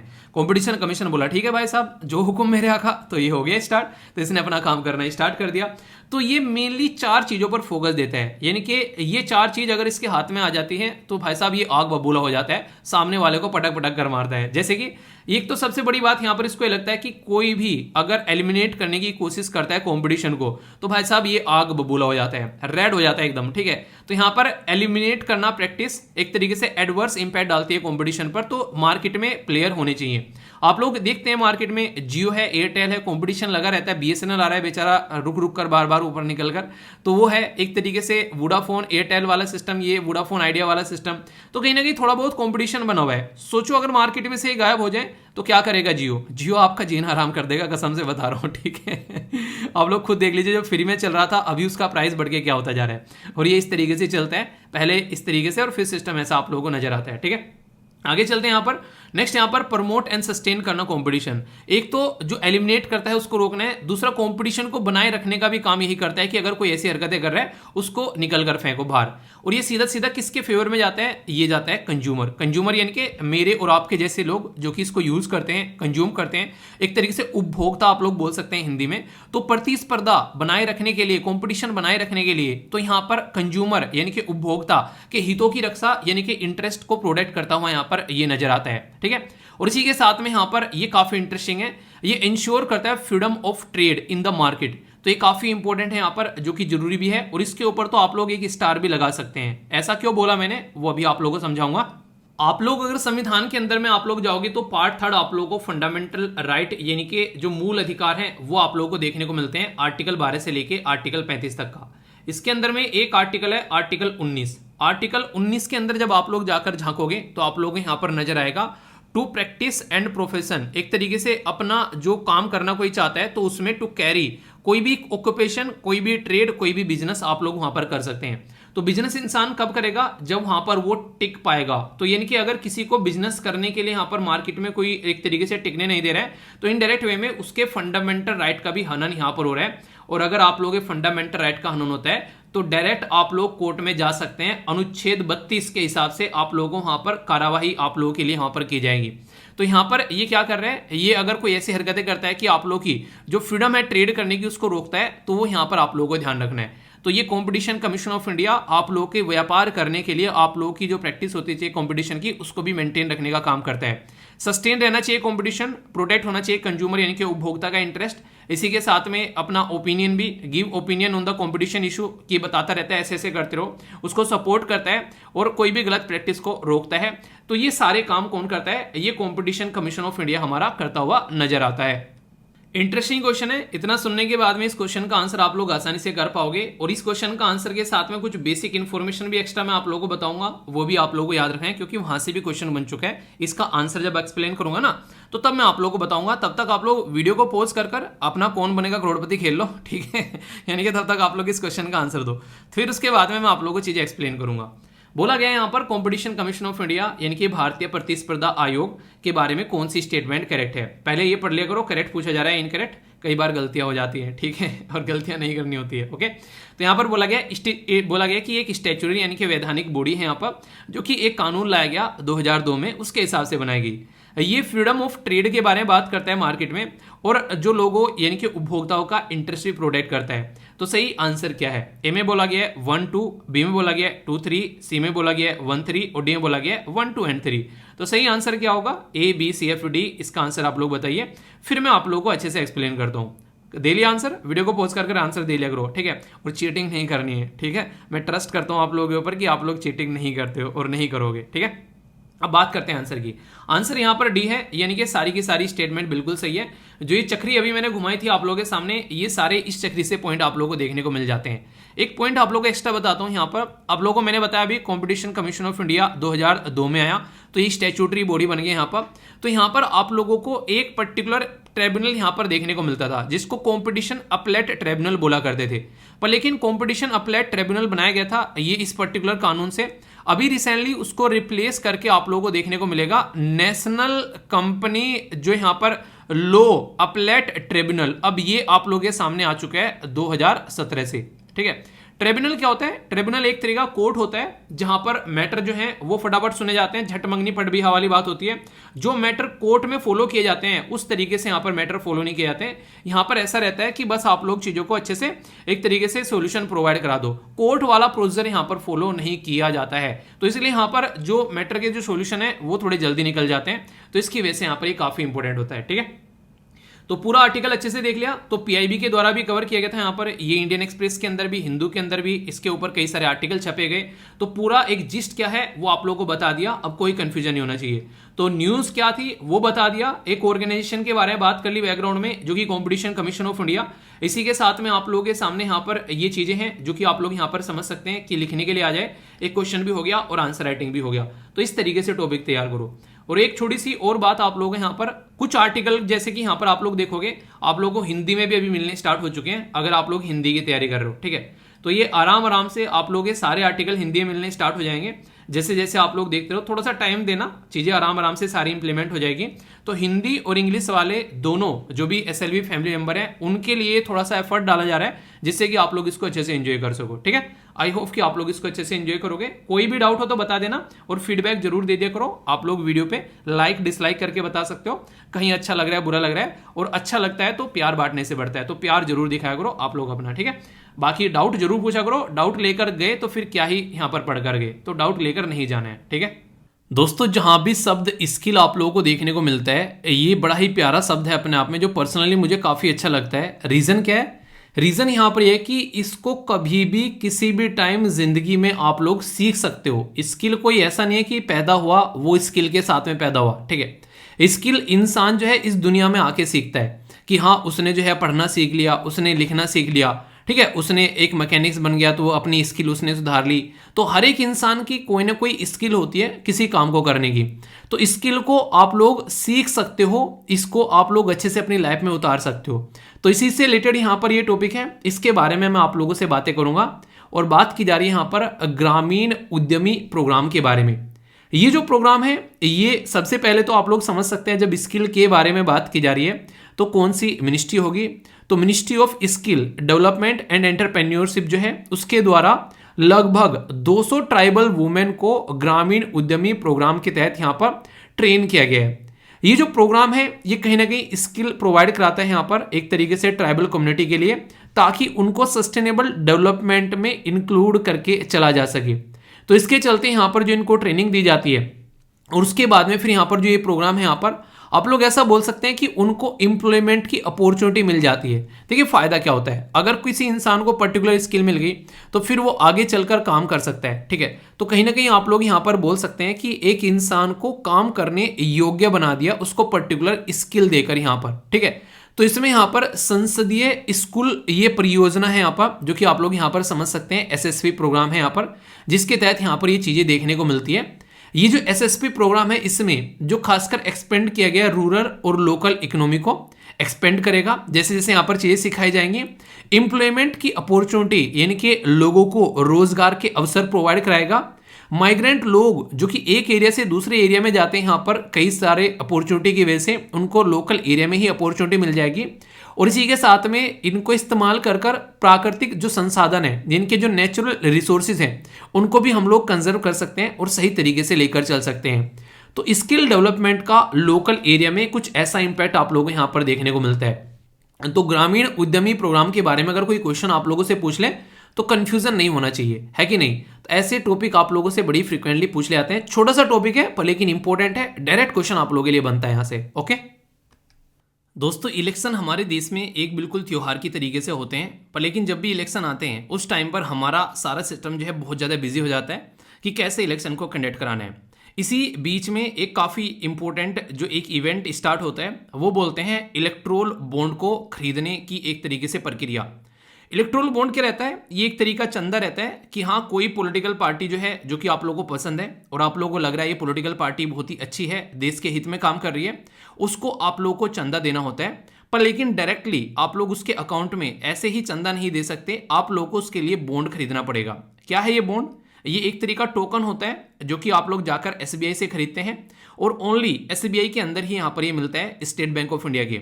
और वो टोकन फिर आप लोग क्या करते हैं, वो जाकर उस पर्टिकुलर पॉलिटिकल पार्टी के खाते में जमा कर देते हैं। तो उसको उस पर्टिकुलर टोकन का पैसा मिल जाता है, क्योंकि वो टोकन आप लोगों ने एसबीआई से खरीदा एसबीआई को पैसा देकर।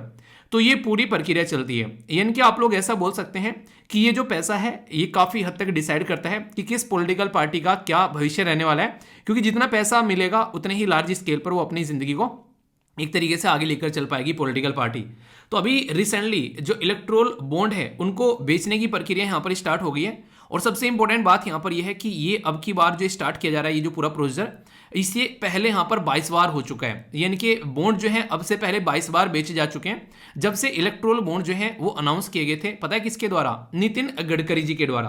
पर लेकिन कई सारी पॉलिटिकल पार्टी जो है वो इसके ऊपर क्वेश्चन मार्क लगाती है कि ये जो इलेक्ट्रोल बॉन्ड है जो कि खरीदे और बेचे जाते हैं यहाँ पर बेसिकली, ये मैक्सिमम उस पॉलिटिकल पार्टी के खाते में जाते हैं जो पॉलिटिकल पार्टी जो है पावर में है। जैसे कि प्रेजेंट टाइम पर पावर में बीजेपी है तो बीजेपी के खाते में जाएंगे, कल को कांग्रेस आती है तो कांग्रेस के खाते में जाएंगे, कोई और पॉलिटिकल पार्टी आती है तो उसके खाते में जाएंगे। तो इसका सबसे बड़ा नुकसान यहाँ पर यह है कि ये इवनली डिस्ट्रीब्यूशन नहीं रहता है इसका। यानी कि जो कोई पैसा दे रहा है कल को, तो वो कुछ ना कुछ फायदा भी चाहेगा। फ्री में कोई किसी को पैसा नहीं दिया करता, तो उसको फायदा देखने को मिलेगा, तो वो पॉलिसी जो भी बनाएंगी गवर्नमेंट वो उसके फेवर में पॉलिसी बन सकती है। तो कई बार इसका क्रिटिसिज्म होता है कि ये काफी ज्यादा खतरनाक है कि इस तरीके से किसके अकाउंट में कितना पैसा जा रहा है और कौन कितना पैसा लेकर आ रहा है, उसको डिस्क्लोज यहां पर प्रॉपर वे में नहीं किया जा रहा है, बस पैसा डिस्क्लोज कर दिया जा रहा है।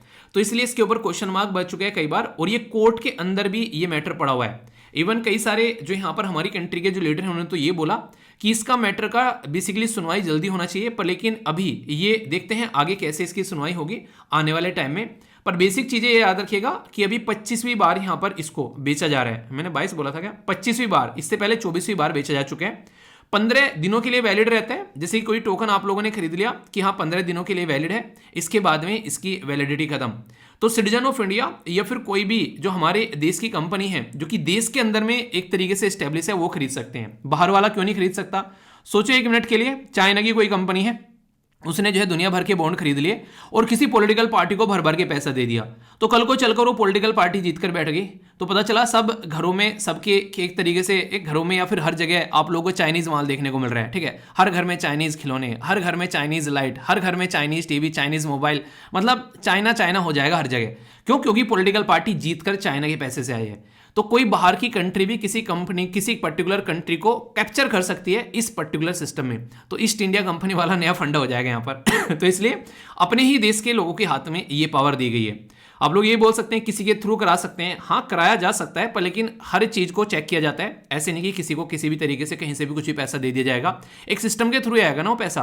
तो इस तरीके से समझ सकते हैं, और होता भी है, ऐसा नहीं कि ब्लैक मनी को व्हाइट मनी नहीं किया जाता है, ये सारी चीजें होती भी हैं, पर लेकिन इनडायरेक्टली कुछ ना कुछ लिमिटेशन रहती है बहुत सारी, जो कि सिस्टमेटिक वे में चीज चलती हैं। और सबसे बड़ी बात यह कि सारा अकाउंट में जाएगा एसबीआई के थ्रू होता हुआ, तो पता रहेगा किसका पैसा कहां पर जा रहा है। गवर्नमेंट को तो पता ही रहेगा ना, ऐसे तो नहीं कि पता नहीं रहेगा। तो इसलिए समझ सकते हैं 1000 के डिनोमिनेशन में, 10,000 के, 1 लाख के, 10 लाख के या फिर 1 करोड़ के डिनोमिनेशन में आप लोग यहां पर ये बॉन्ड खरीद सकते हो और किसी भी पॉलिटिकल पार्टी को जाकर दे सकते हो। ये एसबीआई जो है ओनली बैंक है हमारे देश में जो इसके लिए ऑथराइज है। ये काफी इंटरेस्टिंग है, कंफ्यूजन में आप लोगों को डाला सकते हैं यहां पर। ठीक है, और इस इंटरेस्टिंग चीज एक और है यहाँ पर कि जो भी रजिस्टर्ड पॉलिटिकल पार्टी है वही यहाँ पर बेसिकली इसके तहत अपना जो है चंदा ले सकती है। क्यों रजिस्टर? क्यों? क्योंकि अगर रजिस्टर नहीं रहेगी तो कल को चलकर हर एक इंसान जो है पॉलिटिकल पार्टी बना के बैठ जाएगा चंदा लेने के लिए। तो रजिस्टर होनी चाहिए, और भी कुछ होना चाहिए क्राइटेरिया, एटलीस्ट 1% उसको वोट मिली हो जो मोस्ट रिसेंट या तो जनरल इलेक्शन हुए यानी कि सेंटर के इलेक्शन हुए या फिर स्टेट के अंदर इलेक्शन हुए, उसमें एटलीस्ट 1% वोट इसको मिली हो, वही पॉलिटिकल पार्टी जो है वो यहां पर क्या कर सकती है, वो बेसिकली यहां पर ये चंदा ले सकती है। हमारे देश में कुकुर मुत्ते की तरह पॉलिटिकल पार्टी हैं आज की डेट में। अगर आप लोग देखोगे बहुत सारी थे, रजिस्ट्रेशन भी रद्द किए जाते हैं कई बार, वो इसलिए बना लेते हैं ओनली कि क्या चाहिए, बस चंदा चाहिए, चंदा उठाते रहेंगे। क्यों? क्योंकि चंदा उठाएंगे उसके ऊपर कोई टैक्स भी नहीं लगेगा, तो आराम से पैसा कमाने का तरीका हो जाएगा। तो लोग इसको पैसे कमाने के तरीके से भी देखते हैं, तो ये काफी ज्यादा खतरनाक सिस्टम क्रिएट हो जाता है। ठीक है, आप लोगों से अगर पूछा जाए किसी पॉलिटिकल पार्टी को चंदा देना है तो वो कौन सी पॉलिटिकल पार्टी होगी, उसका नाम बताइए आप बोलोगे सर पहले जॉब तो लग जाए नहीं वैसे ही पूछ रहा हूं, अगर जॉब लगे और पैसा हो तो किसको देना पसंद करोगे? ठीक है, बाकी हमारे देश में वोटर डे जो है वो किस दिन सेलिब्रेट किया जाता है, और इलेक्शन कमीशन ऑफ इंडिया के बारे में कुछ याद रखो या ना रखो, बस आर्टिकल ये जरूर याद रखिएगा 324, क्योंकि ये सारी पावर जो है इलेक्शन कमीशन ऑफ इंडिया को देता है। ठीक है, तो इससे ये पता चलता है कि हमारी कंट्री में इलेक्शन कमीशन ऑफ इंडिया है जो free and fair election conduct कराने का बूता रखता है हमारे देश के अंदर में, और बहुत ही पावरफुल बॉडी की तरीके से यहां पर देखा जाता है। हालांकि अभी क्वेश्चन मार्क बहुत लगे इलेक्शन कमीशन ऑफ इंडिया पर। रीजन उसका यह था कि उसके अपॉइंटमेंट को लेकर कई सारी बातें बोली जाती है कि गवर्नमेंट के हाथ में पावर है कि उसको अपॉइंट कर सकते हैं, पर इनडायरेक्ट वे में ये देखा जाता है कि गवर्नमेंट जो है किसी अपने हिसाब से इंसान को अपॉइंट कर सकती है, और हुआ भी ऐसे ही। एक पर्टिकुलर पर्सनैलिटी को रातों रात रिटायरमेंट लेकर वहां पर इलेक्शन कमीशन की पोस्ट पर बैठाया गया, तो इसके चलते केस जो है वो कोर्ट में पहुंचा। तो अभी यहां पर मुद्दे कई सारे चल रहे हैं, तो देखते हैं क्या सोल्यूशन निकल कर आता है। पर दूसरी साइड में ये भी है जब यहां पर आप लोग देखिएगा, एक साइड में कोलोजियम सिस्टम वाला मुद्दा है कि सरकार जो है वो बोलती है कोर्ट को कि कोलोजियम सिस्टम में हमारी रिप्रेजेंटेशन होनी चाहिए, और दूसरी साइड में जो अपॉइंटमेंट की जाती है बहुत सारी बॉडीज की, उसमें कोर्ट बोलता है कि उसकी अपॉइंटमेंट ढंग से होनी चाहिए।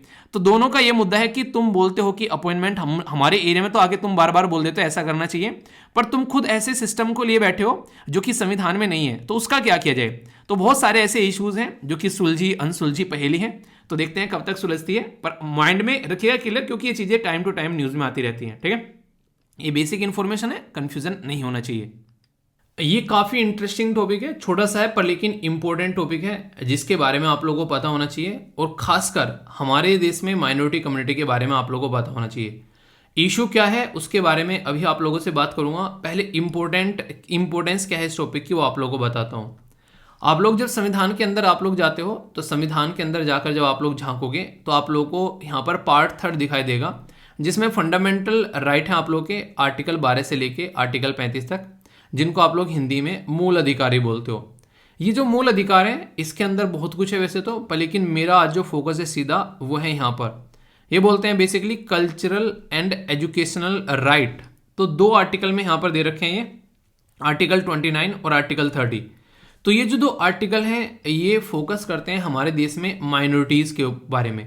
माइनॉरिटी यानी कि वो कम्युनिटी जो कि काफ़ी कम संख्या में है एज कंपेयर टू दूसरी कम्युनिटी जो कि समाज में देखने को मिलती है, तो उनको अधिकार देने की बात की जाती है। माइनॉरिटी का बड़ा ही डिफरेंट सा एक फंडा आप लोगों को देखने को मिलेगा। इंटरेस्टिंग चीज़ ये है कि इसके बारे में लिखा तो है कि हाँ उनके अधिकारों को प्रोटेक्ट करना है, पर एक क्वेश्चन जो काफ़ी इंटरेस्टिंग कई बार आप लोगों से पूछा जाता है, हमारे संविधान के अंदर में कहीं पर भी माइनॉरिटी जो वर्ड है ना उसको डिफाइन नहीं किया गया है। तो इसलिए आप लोगों को देखने को मिलेगा कुछ लोग ऐसे हैं जो कि सेंट्रल लेवल पर माइनॉरिटी आप लोगों को नजर आते हैं, जैसे कि आप लोगों को देखने को मुस्लिम हो गए, क्रिश्चियन हो गए, सिख हो गए, बुद्धिस्ट, ठीक है, और ये जैन हो गए, ये सारे आप लोगों को सेंट्रल लेवल पर माइनॉरिटी देखने को मिलते हैं। पर लेकिन ऐसा नहीं है, जैसे कि अगर बात करें मुस्लिम, अगर हम लोग बात करें सेंट्रल लेवल पर माइनॉरिटी में है, पर लेकिन अगर J&K में जाओगे तो वहां पर माइनॉरिटी में नहीं है। तो यहाँ पर कई बार ये बोला जाता है कि जिस राज्य में, मतलब अगर राज्य के बेस पर बात करें तो यहाँ पर दूसरी कम्युनिटी को भी माइनॉरिटी का स्टेटस यहाँ पर मिलना चाहिए। जैसे कि हिंदू को यहाँ पर जम्मू एंड कश्मीर में माइनॉरिटी का स्टेटस मिलना चाहिए। तो इसके ऊपर यहाँ पर कई बार बात की जाती है। तो किस पॉइंट से निकल कर आ रहा है यहाँ पर पहले याद रखिएगा। आप लोगों को क्या लगता है ऐसा होना चाहिए या फिर नहीं, आप लोग अपनी राय बताइए। माइनॉरिटी जो स्टेटस है यहाँ पर, क्या वो यहाँ पर देना चाहिए, तो उसके बारे में बात करते हैं। 6 हमारी कंट्री में अगर बात करें फिलहाल माइनॉरिटी है, जैसे मुस्लिम, क्रिश्चियन, यहाँ पर सिख, बुद्धिस्ट, ठीक है, जैन और यहाँ पर जोरास्ट्रियन, ठीक है। तो ये माइनॉरिटी है अगर national commission for minority act 1992 के हिसाब से हम लोग बात करते हैं। पर लेकिन अभी यहाँ पर सुप्रीम कोर्ट ने सेंटर को 6 वीक दिए हैं मोर। इसका मतलब पहले भी दे चुके हैं, जी हाँ, ये पहले भी बातें हो चुकी हैं जुलाई के महीने में, तो उस टाइम पर भी यहाँ पर इसके बारे में बातें की थी। और यहाँ पर अभी बोला जा रहा है कि क्या हिंदू को माइनॉरिटी स्टेटस देना चाहिए, क्योंकि कई सारे एरिया में जब हिंदू माइनॉरिटी में है तो उनको वहाँ पर माइनॉरिटी स्टेटस देना चाहिए। तो ये इसके बारे में बात की जाती है। आप लोग इसको कैसे देखते हो, ऐसा कुछ होना चाहिए या फिर नहीं। इसी के साथ में संविधान में कहीं भी इसको डिफाइन नहीं किया गया है, ये आप लोग ध्यान रखिएगा, क्योंकि संविधान निर्माताओं को और भी बहुत काम थे। उनको पता था कि आगे चल के हो सकता है कि जो डेमोग्राफी है वो चेंज होती रहे, आज के टाइम में कोई कहीं रह रहा है, कल को कोई कहीं रह रहा है। तो इसके चलते उन्होंने सारे जो रेस्पॉन्सिबिलिटी है ये पार्लियामेंट के ऊपर छोड़ दी कि टाइम के हिसाब से आप लोग डिसाइड कर लेना कि आप लोगों को क्या करना है। तो इसके चलते अभी और टाइम दिया गया है यहाँ पर सेंटर को कि आप इसको आइडेंटिफाई करो कि आप लोग कैसे लेकर चल रहे हो।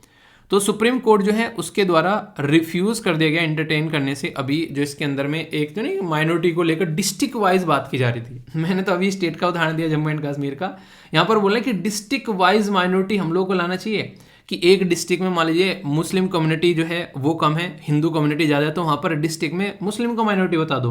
दूसरे डिस्ट्रिक्ट में मुस्लिम ज़्यादा है, हिंदू कम है, तो हिंदू का माइनॉरिटी बता दो। तो ये बहुत ज़्यादा कॉम्प्लिकेटेड हो जाता। तो इसके चलते यहाँ पर री केरला एजुकेशन बिल जो है यहाँ पर 1958 और यहाँ पर टीएमए पाई केस जो है यहाँ पर 2000 का, उसके हिसाब से बोला कि ये जो है अलग लेवल पर चीज़ें पहुँच जाएगी। तो उसको अभी यहाँ पर रिफ्यूज़ कर दिया सुप्रीम कोर्ट ने एंटरटेन करने से। तो ये काफ़ी इंपॉर्टेंट इशू यहाँ पर बन जाता है। ये कहीं ना कहीं सोसाइटी को एक तरीके से अगर देखा जाएगा लोकल लेवल पर जब हम लोग इस तरीके से डिफाइन करेंगे तो ये कॉम्प्लिकेटेड बन जाएगा। अच्छा आप लोग बताइए हमारे देश में डिस्ट्रिक्ट कितने हैं, पहले आप लोग ये बताइए, उससे पता चलेगा कि कितना कॉम्प्लिकेटेड है। जब लोकल लेवल पर इतनी माइनॉरिटी के लेवल पर हम लोग चीज़ों को डिफाइन करना स्टार्ट करेंगे तो कैसे सिचुएशन जो है वो आगे बढ़ पाएगी। ठीक है, तो ये बातें हैं। बाकी ये भी है, आज एक इंसान एक डिस्ट्रिक्ट में कल को दूसरे में चला गया, पता चला एक डिस्ट्रिक्ट में 15 लाख लोग हैं और वहाँ से 5-7 लाख लोग इधर हो गए, दूसरे डिस्ट्रिक्ट में चले गए, तो कल को जरा सी देर में माइनॉरिटी स्टेटस जो है वो चेंज हो जाएगा। तो ये काफ़ी कॉम्प्लिकेटेड हो जाएगा इसको मेंटेन करना। आप लोग इसके बारे में क्या सोचते हैं, आप लोग अपनी राय बताइए। ठीक है, तो ये ऐसे केसेस हैं जिसके बारे में बात चलती रहती है। तो यहाँ से भी क्वेश्चन पूछा जा सकता है बैकग्राउंड में जाकर आप लोगों से, और ये इशू क्या चल रहा है वो तो पूछा ही जा सकता है आप लोगों से। तो इस तरीके से बेसिक चीज़ों को तैयार करना है, जहाँ भी डाउट हो उसको पूछ लिया करते हैं। ओके दोस्तों, एक कहावत आप लोगों ने सुनी होगी कि हर सिक्के के दो पहलू होते हैं। कुछ पॉजिटिव्स आप लोगों को देखने को मिलेंगे तो कुछ नेगेटिव भी आप लोगों को साथ में नजर आ जाएंगे।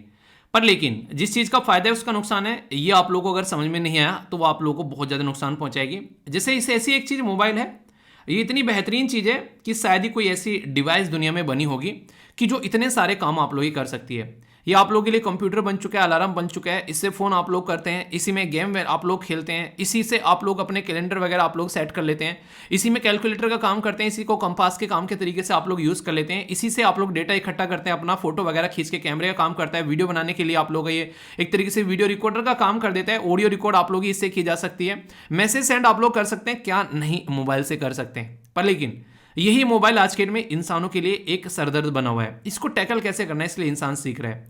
ऐसे ही चीज है ड्रोन अगर हम लोग इस्तेमाल कर रहे हैं अपने फायदे के लिए तो बड़ी ही बेहतरीन चीज है, पर लेकिन वही ड्रोन अगर दुश्मन इस्तेमाल करने लगे हमारे खिलाफ तो वही ड्रोन हमारे लिए नुकसान की चीज है।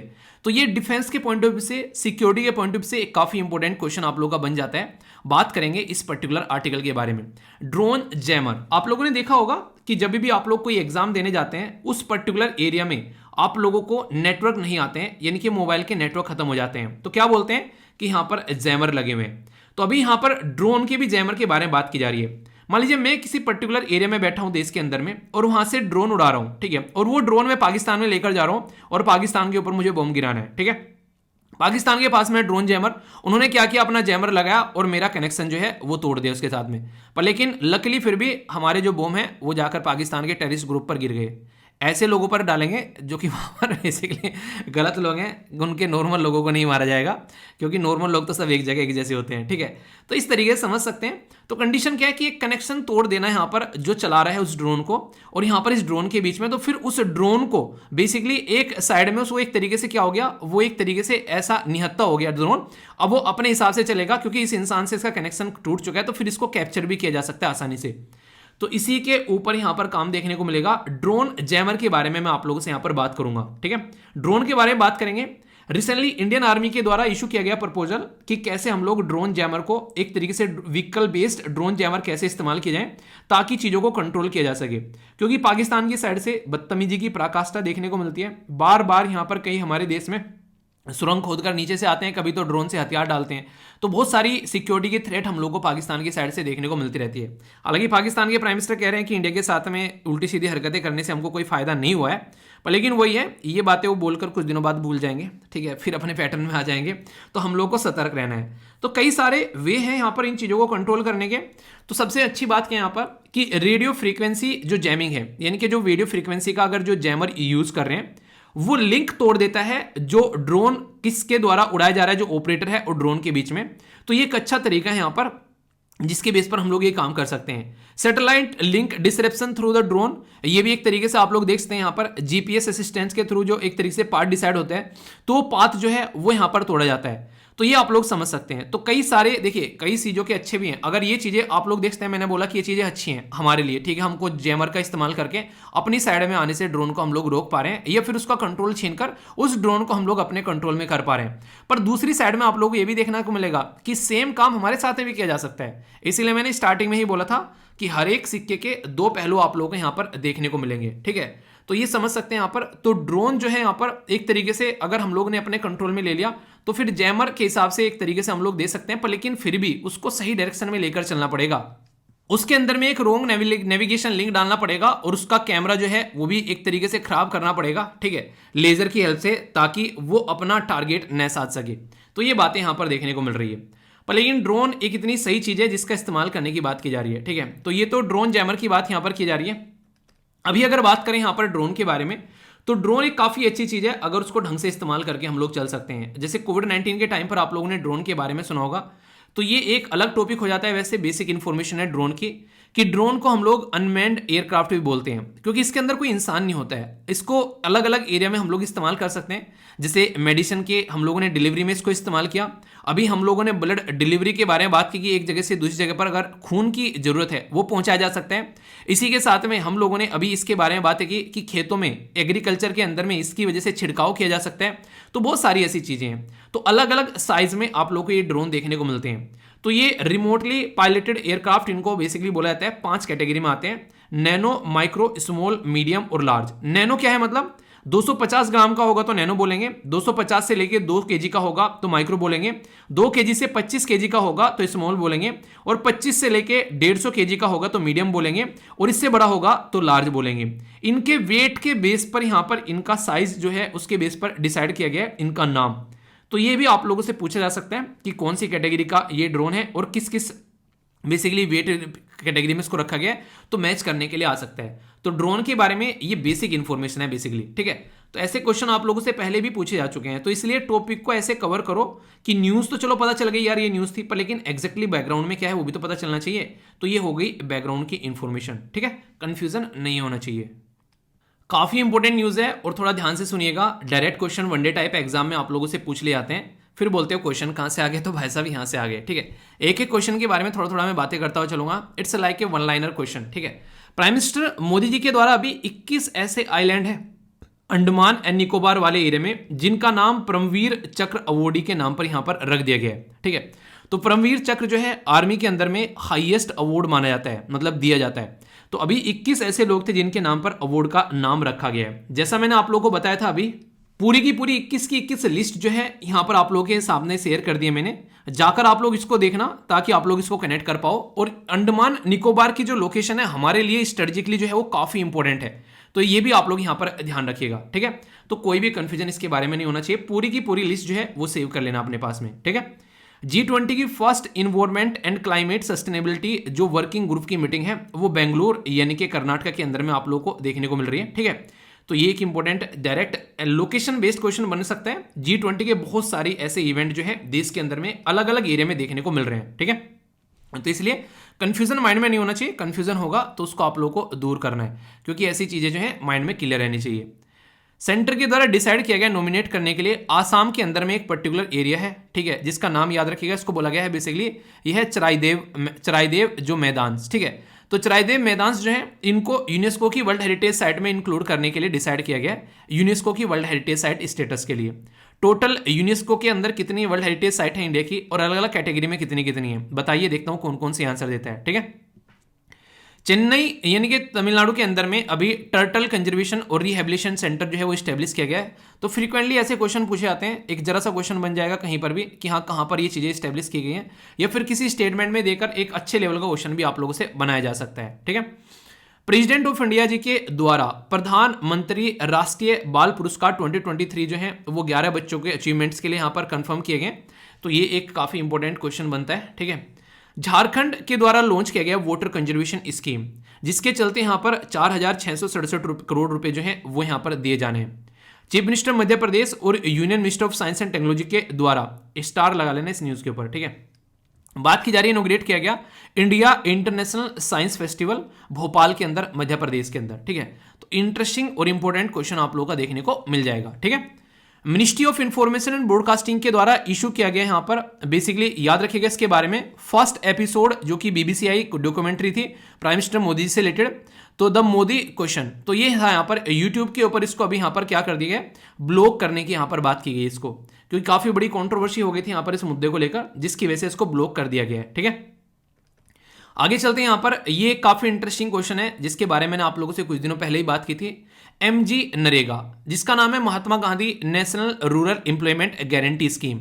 ये जो पर्टिकुलर स्कीम है ना यार, ये पर्टिकुलर स्कीम उन लोगों के लिए रोजगार का काम करती है जिन लोगों को रोजगार नहीं मिल रहा है, कम से कम अपने एरिया में रहकर वो एक रोजगार पा सकते हैं, ठीक है। तो यहां पर average day of employment provide per household under the MG NREGA जो है वो 5 साल में काफी लो देखने को मिला, यानी कि ये स्कीम जैसी होनी चाहिए थी वैसी परफॉर्मेंस नहीं दे रही है। तो इकोनॉमिक्स के अंदर यहां पर क्वेश्चन आप लोगों से पूछा जा सकता है इस तरह का, जैसे स्टेटमेंट देकर बोल देंगे कि 5 साल में हाईएस्ट था, 5 साल में लोएस्ट था, तो ऐसी यूपीएससी अगर स्टेटमेंट आप लोगों से बना देती है, ठीक है।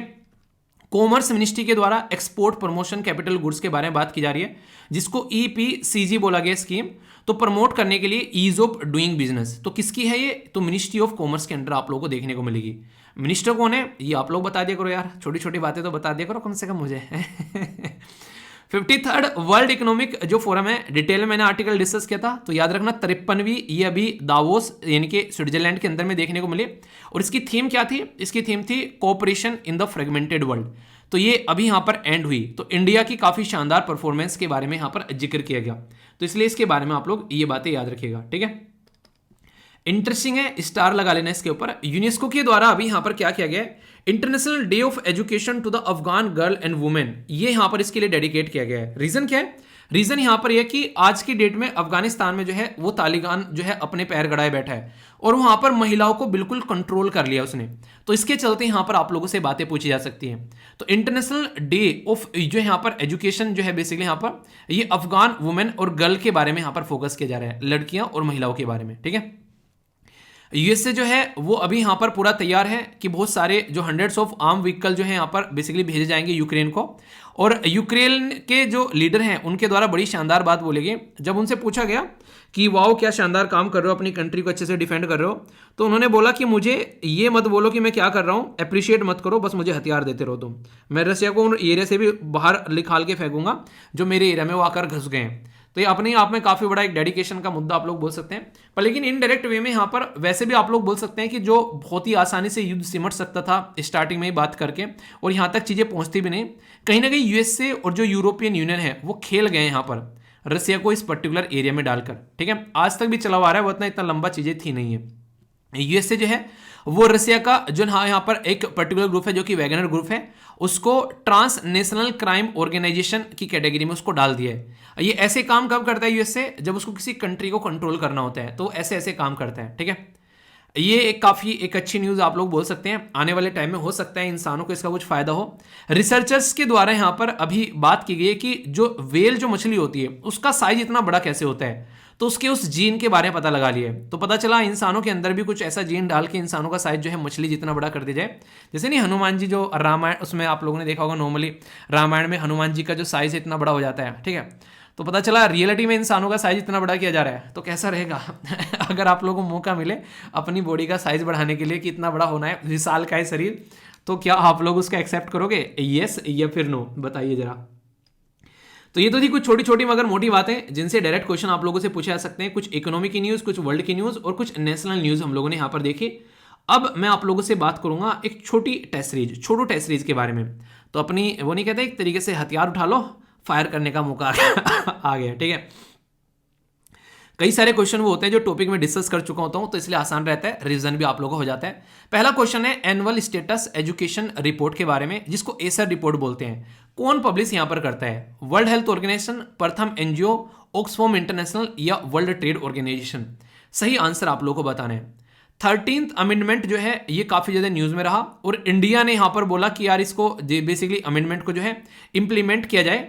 तो कौन से देश को इंडिया ने ये बात बोली, तो आप लोग खुद सोचो, कॉमन सेंस का क्वेश्चन है बिल्कुल। कौन से देश को हम लोग ये बात बोल सकते हैं? ऑस्ट्रेलिया को, कोई मतलब ही नहीं है, बहुत दूर है। यूके को, मतलब लगता है रियलिटी में यूके हमारी बात मानेगा, ऐसी कोई बात बोलेंगे, ठीक है। पाकिस्तान को बिल्कुल भी नहीं मानने का है, तो आंसर कौन सा हो सकता है? तो ये क्या है अमेंडमेंट, बात करूंगा, आंसर आप लोगों को पता चली गया। गर्ल्स फॉर टेक ये प्रोग्राम ये इंडिया का अनाउंस किया गया यहां पर विच फाइनेंशियल सर्विस कंपनी के अंदर में द्वारा, मास्टर कार्ड, वीजा, मेस्ट्रो या फिर पेपल। तो काफी इंपॉर्टेंट है, ये इंटरेस्टिंग क्वेश्चन है। ये साइंस एंड टेक के अंदर भी आप लोगों से ऐसे क्वेश्चन पूछे जाते हैं, वुमेन इंपावरमेंट के अंदर भी यहां पर ऐसे क्वेश्चन आप लोगों से बन जाते हैं, तो याद रखिएगा, ठीक है। बात की जा रही है first time in the 61 year, ठीक है। तो यहां पर 8,50,000 के करीब कंट्री पॉपुलेशन जो है वो डिक्लाइन हो गई। कौन से देश की, और वो देश इसको लेकर चिंता में है कि इतनी पॉपुलेशन कैसे डिक्लाइन हो गई। तो यहां पर इंडिया, चाइना, अफगानिस्तान या फिर पाकिस्तान, कौन सा देश हो सकते हैं यहां पर, अंदाजा लगाओ। चलो देखता हूं किस किसका तुक्का सही बैठता है, ठीक है। आगे बात की जा रही है which of the following statement is correct with respect to the western Ghat. Western Ghat जो हमारे देश के टोटल कितने राज्य में फैले हुए हैं मैंने आप लोगों को बताया था, तो यहां पर बताओ कौन सी स्टेटमेंट करेक्ट है। Western Ghat is one of the 4 global biodiversity hotspot है इंडिया के अंदर में, पहली स्टेटमेंट, ठीक है। बोला गया कि ये रिकॉग्नाइज किया जा गया यूनेस्को के द्वारा वर्ल्ड हेरिटेज साइट। तीसरा बोला गया वेस्टर्न घाट जो है वो इंडियन मॉनसून और जो वेदर पैटर्न है उसको इन्फ्लुएंस करता है। और नेक्स्ट बोला गया ऑल ऑफ द अबो। बड़ा ही बेहतरीन और प्यारा क्वेश्चन है, अटेम्प्ट करो, ठीक है। सी सेट के बारे में जब आप लोगों से बातें करता हूं तो इसको आप लोग क्वेश्चन को अटेम्प्ट करो, वीडियो को पॉज कर फिर इसका आप लोगों को आंसर ही बताऊंगा, ठीक है। यहां पर मैं आप लोगों से बात करता हूं किसके बारे में, पंबन आइलैंड के बारे में। तो जो पंबन आइलैंड है या द्वीप है, ये कहां पर आप लोगों को देखने को मिलता है, एग्जैक्ट लोकेशन, तो ये एक प्लेस इन न्यूज आप लोगों को देखने को मिल सकता है। रामेश्वरम हो गया, जहां से एपीजे अब्दुल कलाम सर की कनेक्टिविटी, और यहां से आप लोगों को देखने को मिलेगा ये एग्जैक्ट लोकेशन। अगर इसको ढंग से आप लोग देखना चाहते हैं तो इंडिया और आप लोगों को श्रीलंका के बीच में एग्जैक्ट लोकेशन आप लोग यहां पर इसकी नजर आएगी। तो ये काफी इंटरेस्टिंग एरिया आप लोग यहां पर देख सकते हैं, ठीक है। तो इसके बारे में आप लोग समझ सकते हैं, कई बार आप लोगों से मैप बेस्ड क्वेश्चन जो है आप लोगों से पूछ ले आते हैं एग्जाम के अंदर में। तो अगर लोकेशन आप लोगों के माइंड में क्लियर होती है तो आप लोग थोड़ा बहुत इधर उधर देख कर ही बता सकते हो, ठीक है। पंबन आइलैंड को यहाँ पर रामेश्वरम आइलैंड भी आप लोग बोलते हैं। इंडिया और बेसिकली ये श्रीलंका के बीच में आप लोगों को देखने को मिलेगा। वैसे ये आप लोगों को देखने को मिलेगा, काफी इंपॉर्टेंट। यहां पर सेकंड लार्जेस्ट आइलैंड है अगर बात करें पंबन आइलैंड, जो इंडिया के अंदर बिलोंग करता है, पर्टिकुलर ये इस पर्टिकुलर डिस्ट्रिक्ट के अंदर, तमिलनाडु के अंदर में, ठीक है। तो काफी इंपॉर्टेंट है, यहाँ पर एक तरीके से लॉर्ड राम जी के साथ में भी कनेक्टेड है। आप लोगों ने यहाँ पर देखा होगा, अभी कई बार बात की जाती है राम सेतु के बारे में, तो वो भी इसी एरिया से कनेक्टेड है। तो इसलिए यहाँ पर न्यूज में था, और इसके ऊपर अभी मूवी भी बनी। किस किसी ने देखी है राम सेतु मूवी, जो कि अक्षय कुमार जी की है, ठीक है। बताइए किस किसी ने देखी है। तो उसमें बहुत सारी ऐसी चीजें बताई गई हैं, हालांकि एक्सपेक्टेशन कुछ और कर रहा था मैं मूवी से, वो कहीं और मोड़ कर ले गए उसको, ठीक है। चलिए क्वेश्चन के आंसर दीजिए कि कर यहाँ पर एनुअल स्टेटस जो रिपोर्ट है यहाँ पर एएसआर के बारे, ये बेसिकली एएसईआर के बारे में, तो कौन सी जो एनजीओ के द्वारा प्रस्तुत की जाती है, तो प्रथम एनजीओ के द्वारा इसको प्रस्तुत किया जाता है। एनजीओ प्रथम ये की रिपोर्ट प्रस्तुत करती है एजुकेशन लेवल क्या है, खासकर बेसिकली ग्राउंड लेवल पर, तो उसका इंप्रूवमेंट के लिए फिर यहाँ पर बेसिकली डेटा मिल जाता है गवर्नमेंट को, और वो इंप्लीमेंट कर पाते हैं। 13th अमेंडमेंट हमारी कंट्री की जो कम्युनिटी है, बेसिकली तमिलियन कम्युनिटी जो श्रीलंका के अंदर में रहती है, उनको अधिकार देने की बात की जा रही है। 13th अमेंडमेंट जो है ये बेसिकली आज का नहीं है, ये 1987 का है, काफी पुराने दिनों की बातें हैं। तो यहाँ पर उसको इंप्लीमेंट करने की बात की जा रही है, और अभी रणनील विक्रमसिंघे साहब के द्वारा इंप्लीमेंट करने की बात की भी गई है, जो तमिल माइनॉरिटी कम्युनिटी वहां पर रहती है, ठीक है। तो एक तरीके से उनको सोशल जस्टिस मिलेगा, उनकी ग्रीवेंस को यहाँ पर सुन पाएंगे, ताकि जो भी दिक्कत वो फेस कर रहे हैं उसको यहाँ पर सॉल्यूशन निकाला जाएगा, ठीक है। गर्ल्स फॉर टेक, तो ये डायरेक्ट क्वेश्चन आप लोगों से पूछा जा सकता है, ठीक है। तो जो मास्टर कार्ड है उसके द्वारा यहाँ पर ये अनाउंस किया गया है गर्ल्स फॉर टेक यहाँ पर प्रोग्राम, जिसके अंदर में लगभग 10,000 के करीब जो लड़कियां हैं वो फायदा पहुंचेगा गवर्नमेंट स्कूल के अंदर में इन तमिलनाडु। तो तमिलनाडु के बारे में बात की जा रही है यहाँ पर, ठीक है। तो तमिलनाडु जो है बेसिकली उसके अंदर में यहाँ पर उनको फायदा यहाँ पर पहुंचने वाला है, ठीक है। आने वाले टाइम में टारगेट है कि 1 लाख तक के करीब जो बच्चे हैं उसको यहाँ पर कवर किया जाए एक पर्टिकुलर सिस्टम के तहत, जिसको बोलते हैं STEM। इसके ऊपर यूपीएससी ने मेंस में भी क्वेश्चन पूछा था। क्या है ये? साइंस, टेक्नोलॉजी, इंजीनियरिंग और मैथमेटिक्स। ये वो एरिया हैं जिनको हम लोग ये बोलते हैं कि ये लड़कियों से रिलेटेड नहीं है, तो इन एरिया पर भी काम करने की बात यहां पर की गई, ठीक है। तो ये लड़का और लड़की का भेदभाव भी यहां पर मिटता हुआ देखने को मिलेगा, ठीक है। आगे बात की जा रही है कौन सी कंट्री इसको लेकर चिंता में है कि उसकी पॉपुलेशन बहुत ज्यादा गिर गई है, तो ये है चाइना। जी हाँ, सही आप लोगों ने सुना है यहाँ पर। तो यहाँ पर चाइना का जो नेशनल ब्यूरो स्टैटिस्टिक्स है उसके द्वारा यहाँ पर ये इन्फॉर्मेशन दी गई कि अभी चाइना की पॉपुलेशन काफ़ी ज़्यादा गिर चुकी है। चाइना में वन चाइल्ड पॉलिसी लाई गई थी, ठीक है, काफ़ी पहले 1960s में, और तब से लेकर अब तक उसकी पॉपुलेशन जो है वो घटती जा रही है। ऐसे अंदाजा लगाया जा रहा है कि इस साल के एंड तक हो सकता है इंडिया अपनी फर्स्ट पोजीशन ग्रहण कर ले, चाइना को पीछे धकेल कर, ठीक है। तो देखो दुनिया में हम लोग कहाँ पर पहुँचने वाले हैं, हमारा ही वर्चस्व दिखेगा। उन्हें कहते हैं हर शहर में तेरा ही जलवा, ठीक है, तो वही वाली बात है, हर देश में अपना ही जलवा, अपने ही मूल के लोग आप लोगों को नजर आएंगे। इसका आंसर क्या है बेसिकली वेस्टर्न घाट के बारे में, तो याद रखिएगा वेस्टर्न घाट के बारे में आंसर है यहाँ पर डी, यानी कि सारी की सारी स्टेटमेंट बिल्कुल करेक्ट है। एक छोटी सी बात और बता दूं, वेस्टर्न घाट में टोटल मिलाकर कौन कौन से राज्य आप लोगों को देखने को मिलते हैं। पहला राज्य तमिलनाडु, याद रखिएगा, स्टार्टिंग में इसलिए बता रहा हूं क्योंकि तमिलनाडु भी कहने के लिए ईस्टर्न घाट में लेकिन वेस्टर्न घाट का पार्ट है। दूसरा हो गया केरला, तीसरा हो गया कर्नाटका, चौथा हो गया गोवा, पांचवा हो गया महाराष्ट्र और छठा हो गया गुजरात। टोटल 6 ऐसे राज्य हैं जो कि वेस्टर्न घाट के अंदर में आते हैं। तो इसको लेकर आप लोगों के माइंड में क्लैरिटी रहनी चाहिए। क्वेश्चन पूछ ले जाते हैं एग्जाम के अंदर, ऑलरेडी यूपीएससी ये क्वेश्चन पूछ चुकी है अगर पुराने क्वेश्चन पेपर उठाकर देखोगे तो, ठीक है। सी सेट के बारे में बात करें, क्या होगा सही आंसर? सही आंसर यहाँ पर सी यानी कि 140। एक्सप्लेनेशन है, वीडियो को पॉज कर एक बार एक्सप्लेनेशन देख लेना तो आप लोगों को दिमाग में थोड़ी सी शांति पड़ जाएगी, ठीक है। अच्छे से इसको देख लेना एक बार। आइए अब आप लोगों को अंग्रेज बनाता हूं, कुछ शब्द आप लोगों को सिखाऊंगा जिनके ऊपर आप लोग सेंटेंस फ्रेम करना और फिर आप लोग इनको याद रख पाओगे। ये शब्द तो यूज करना स्टार्ट कर दिया करो, ठीक है। कहीं भी जा रहा और ब्रो नहीं कहते एक तरीके से, ऐसे तरीके से कहीं पर भी जहां पर मौका मिले वहीं पर वो शब्द चिपका दिया, ठीक है, तो आप लोग उनको याद रख पाओगे फिर, ठीक है। तो यहाँ पर बात की जा रही है एडिफिस के बारे में। तो ये क्या होता है बेसिकली, ये शब्द आप लोगों को डेली न्यूज़पेपर में देखने को मिल जाते हैं। आप लोगों से एग्जाम में मतलब स्टेटमेंट आ गई बनकर तो पता रहेगा, तो अच्छे से समझ पाओगे, ठीक है। तो ये भवन है एक तरीके से, कोई बिल्डिंग, लार्ज बिल्डिंग, ठीक है, कोई एक इमारत, बड़ा भव्य इमारत आप लोग बोल सकते हो, कोई स्ट्रक्चर या फिर कोई भी एक बिल्डिंग के बारे में बात की जा रही है। अपोजिट क्या हो गया? डेब्री, यानी कि टूट फूट कर बिल्कुल खत्म हो चुका है, ठीक है। तो ये आप लोग समझ सकते हो, यानी कि किस्मत क्या हो गई? बदकिस्मती बन गई, ये बोलेंगे हैपलेस, ठीक है। तो यहाँ पर एक तरीके से बोला जाता है कि अनफॉर्चुनेट है काफ़ी ज़्यादा, ठीक है। एक तरीके से अनलकी पर्सन ही बोल देते हैं कि इसकी किस्मत ही खराब है। भाई साहब एक नंबर से सिलेक्शन रुक गया, ठीक है। हुआ है किसी के साथ में ऐसा 1-2 नंबर से सिलेक्शन निकल गया हो? मेरे साथ में हुआ था बेसिकली था एक एग्जाम, उसमें 1 नंबर भी नहीं था, वो 0 पॉइंट समथिंग था उस टाइम पर बहुत दुख हुआ था यार, ठीक है। पर वही है, जो होता है अच्छे के लिए होता है, ओके, वरना अभी मैं कहीं और पर बैठा होता तो ये एक तरीके से फॉर्चुनेट, हैप्पी या लकी आप लोग बोल सकते हैं। तो ये शब्द काफ़ी इंपॉर्टेंट है, आप लोग भी बताना कभी ऐसा हुआ है क्या। नेक्स्ट जो शब्द है यहाँ पर, ये है स्लैकिंग, यानी कि पराजित करना, यानी कि किसी को हरा देना, डिफीट कर देना, ठीक है। तो एक तरीके से आप लोग बोल सकते हैं स्लैकिंग, ठीक है। एक प्रतियोगिता जीतने में विफल हो जाना, आप लोग उसको भी स्लैकिंग एक तरीके से ना हार गए, ठीक है। तो ये हो गया। अपोजिट क्या होगा? तो भाई साहब जीत गए, ठीक है। नेक्स्ट है यहाँ पर हॉबिट, यानी कि परंतु, बोलते नहीं कि फिर भी, हालांकि, कई बार शब्द यूज करते हैं। तो ये काफ़ी इंपॉर्टेंट शब्द है, ये सेंटेंस को स्टार्ट करने में कई बार देखने को मिलता है, स्टार्टिंग में यूज कर लेते हैं। अच्छा ऐसा चल रहा है तो ऐसा क्या हो गया, अच्छा हालांकि ऐसा था तो वैसा हो गया, ठीक है। तो ये इस तरीके से आप लोग समझ सकते हैं, ठीक है। क्लेजिनेस एक तरीके से यहाँ पर बोल सकते हैं डार्क या फिर अंधेरा, ठीक है, जहां पर लाइट ना हो, देखने लायक लाइट ना हो। इसके अपोजिट जाओगे तो एक अच्छा ब्राइट एल्यूमिनेटेड, आप लोग बोल सकते हैं एल्यूमिनस, काफी चमकीला, ठीक है, एक काफी ब्राइट एरिया। तो ये हो गया बिना रोशनी का और ये हो गया रोशनी वाला, ठीक है। तो शब्द इंटरेस्टिंग है और इंपॉर्टेंट है, तो सेंटेंस फ्रेम जरूर करना। कोई डाउट हो तो पूछ लिया करो, ठीक है।